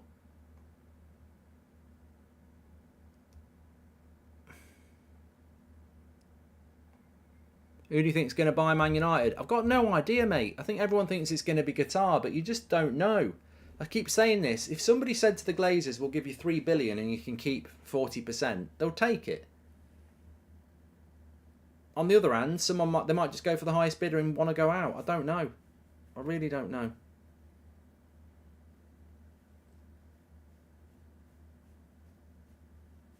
Favourite sneak flavour? I need one this afternoon, actually. I'm fading out and I've got to do Talk Sport show tonight. I'm tempted to say don't tune in, but do. I'm live on YouTube on Talk Sport at 7:30 tonight, the Mark Goldbridge show, and National Radio. I already know from Twitter, people are going to be ringing up going, oh, it's amazing how you want Qatar ownership, but you were moaning about Newcastle and Man City. I've never said I want Qatar ownership, by the way. I haven't said what I want, because I don't know what I want, but I do think there's some hypocrisy. That's what I've said. And I also do not like all the money in football, but let's be honest, you don't have to like what Man City have done. But if you want to win things, you've got to compete with that. Here's Leon Bailey. Oh, he's at the bar. Oh, they've nearly won it at the end. Ramsdale actually tipped that as well. This game's had everything. He's at the Denver. 8 minutes to go. A draw is probably the fairest result, but you get the feeling there's going to be more chances here.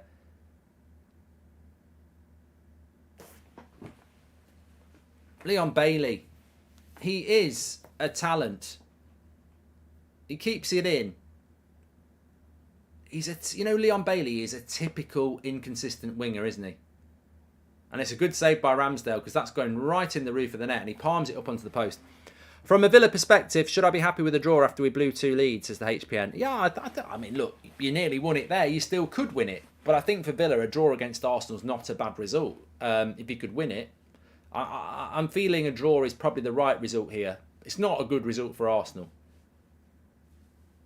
But I'm with Macrina on this. What a game for 12:30. They're usually boring. I know, I just had a feeling this would be a big game. Arsenal a bit vulnerable, but they've got to win. Odegaard's cross is good. And a back header by Gabriel. Yeah, I think they're running out of time here. United versus Leicester prediction, Mohammed. I think we'll win. I think United will win that. I've got a preview to go up on the United stand a bit later, and I've got a theory on why United will win. Basically, we're better than them. We are considerably better than you. I shall say, oi, Leicester, now! Take Brendan Rodgers, your Walker's crisps, get down the M1, shut up, and get out of Manchester. We are considerably better than you. Who remembers that? I used to love that Harry Maguire. Harry Enfield character. I mean, I was probably 15 at the time. Harry Enfield and Chums used to be like this weekly comedy that used to be on. And he had all these characters. He had the Tory boy, which was a conservative. He had the Kevin and Perry. And they had this guy in the pub who basically would just sit there quite placid. And then he'd get onto something he didn't like. And he'd just have this big rant. Oh, yeah. Oh yeah. I absolutely love the One Show. Love Ronan Keating. Fantastic. Boyzone ex-singer.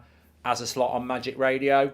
He's got a good voice and he's a brilliant presenter.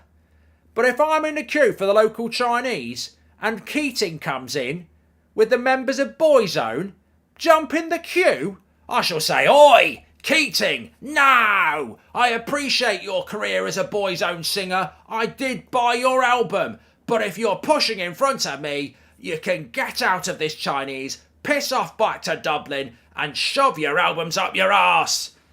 And basically, that's what he would do each week. It'd be something like that. It was good. Used to love it. I can't remember who he was, but it was a brilliant character by Harry Enfield. He'd do it a lot better than that as well. Corner to Arsenal. I think this is going to finish 2-2. Villa will clear.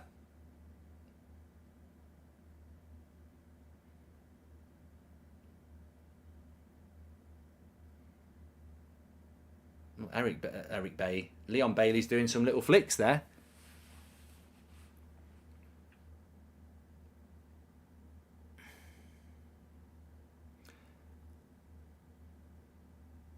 Shine bright, like Sean Dyche, like a diamond. Tarkowski and Haaland. Arsenal need a winner. I would say if Arsenal want to really seriously stay in this title race, they've got to get a winner. And Saka gets a shot off, but it's straight at Martinez. I don't think you can take 2 points from 12 with Man City in a title race. I don't. I know Arsenal, you're not out of a title race, and I admit that, but 2 points from 12 when you're up against Man City, you can't do that. You've got to win this, and they've had the chances to win it.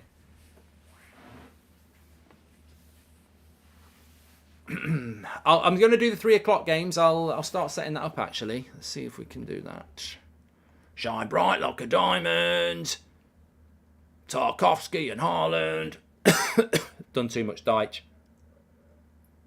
And I shall say, "Oi, Arteta, no!"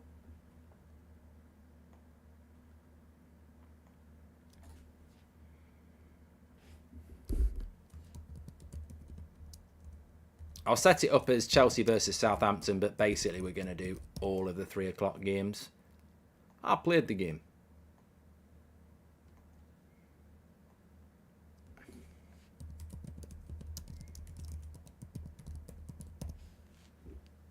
Still 3 minutes to go. It's going to take something special from Arsenal now. They're going to need City to drop some serious points, aren't they? I said this the other night. I can see City now just going through the gears of experience that they have, that we all know they've got.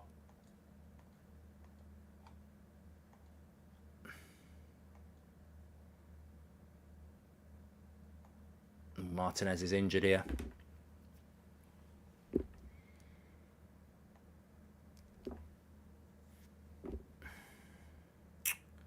Shine bright. That Super Bowl stream, that's why I'm still tired now. You think you're all right for a day living off 3 hours sleep, and then all this week I've been, ugh. We're jamming, and I hope we like jamming too. I have set the stream up there, so when we finish this it'll push you over into the live chat. Both Spanish Giants and both Scottish Giants are put in the EPL. Where do you think they are placing, says DMC. Mark, just got here. What have I missed, says Sebastian. You missed a good game, Sebastian. Could have gone either way. Bailey hit the bar for Villa a couple of minutes ago. Odegaard should have won it for Arsenal, and Nketiah should have won it for Arsenal. So I think a 2-2 is probably about right, but it's not good for Arsenal. They needed the win, really. Don't neglect your sleep, says KD. Arteta out, says Dylan.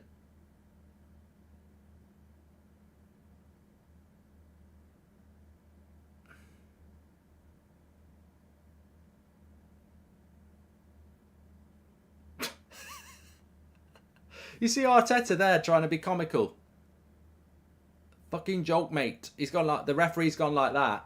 It's a change. And Arteta's going, he's rattled.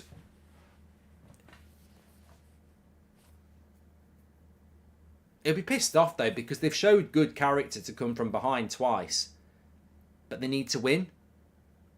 So what's been a good performance from them is a bad result, really. They need to win. Man City are going to win this league. Let's be honest. They are. I just can't. It would be stunning if they don't. He's added 6 minutes on though.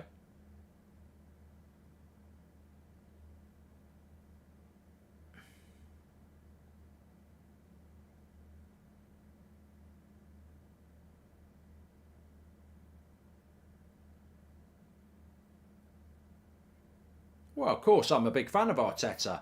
When Arsenal fans were saying Arteta out, printing T-shirts, I was saying stick by him. You know, at the end of the day, I think he's a good coach. But I tell you what, if Arteta walked into this pub right now, took my pint and finished it off, I would say, "Oi, Arteta, no! I appreciate the way you've come from Man City as a new coach to Arsenal and took them to the top of the league. But you can take your overacting, shitty theatrics and advertise yourself for a job in Hollyoaks. Now piss off and get out of my pub." I've got to go and watch that Harry Anfield. I've got to go and watch it. Because he does it 100 times better than me. Oh, it's a 2v1 for Villa. No, he's got it stuck under his feet. Bloody hell. How slow do you want to be? Still forces a save from Ramsdale.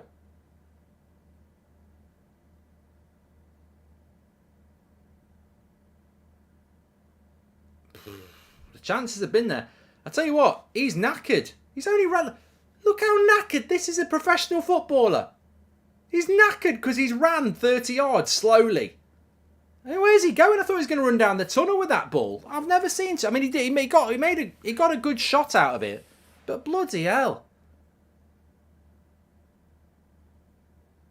I'm sure he came on as a sub as well. I tell you what, Arsenal need Jesus back.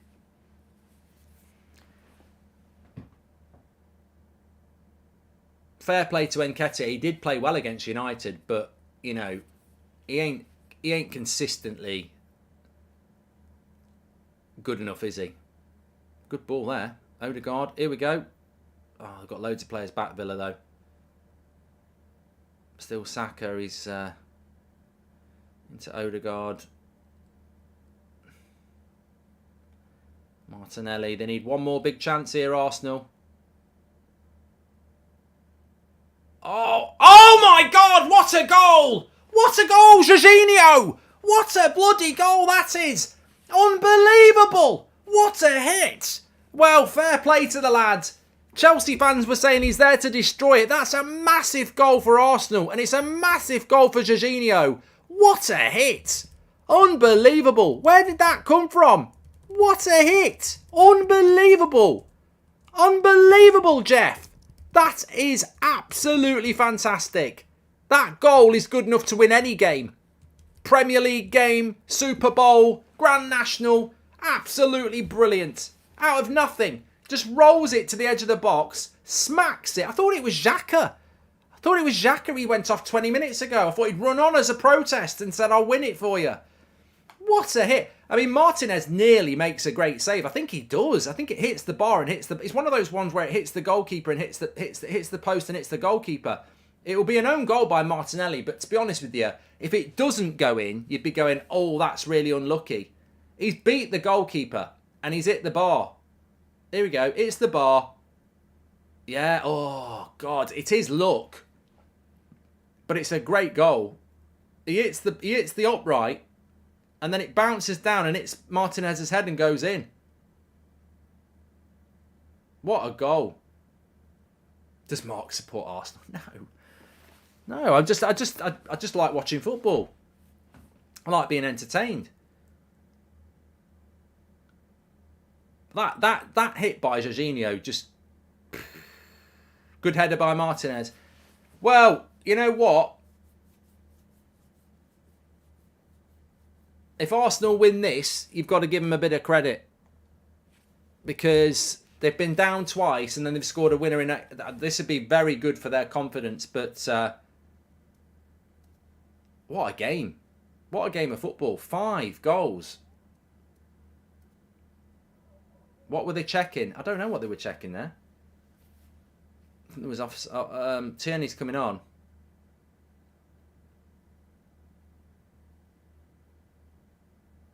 Couldn't make it up.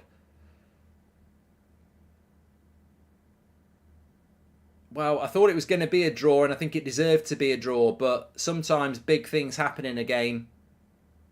Bailey hit the bar. Jorginho hit the bar.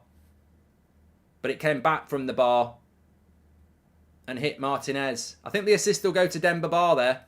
I don't think Jorginho's going to get the assist for that. If it goes down as an OG for Martinez, it'll be Demba Ba who gets the assist, not Jorginho. Check your FPL. They've got to get it. They've got to give the assist to Demba. I can't believe people are giving Martinez stick. I mean, literally, he's got nothing to do with him. Both Spanish. I've done that one from DMC.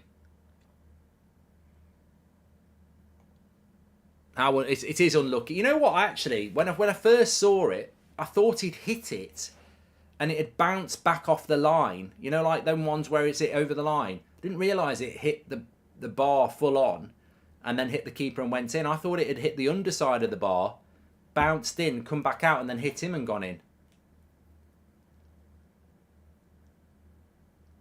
A bit of fortune for Arsenal, you've got to say. And it has to be given as an own goal. You're right, Mr. Beanie.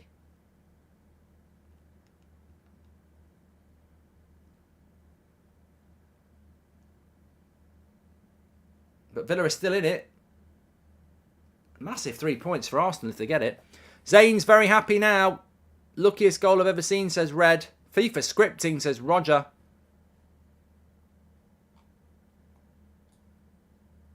I am going to be live for 3 o'clock games as well. So I'll end this stream straight away and just go and get something to eat because I've got to get live back again for 3 o'clock. So Martinez is up for the corner.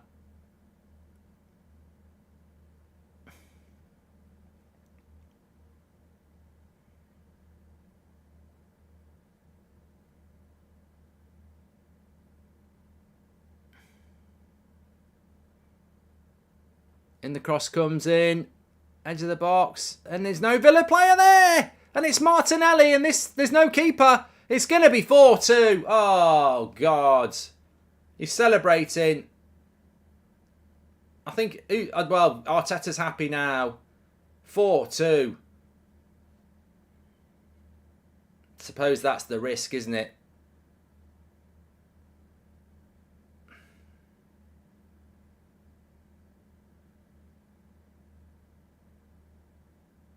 I don't think Villa deserve that, but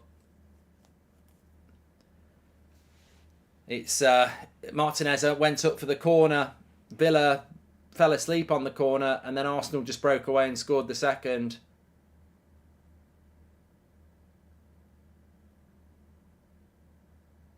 They're just not awake, are they?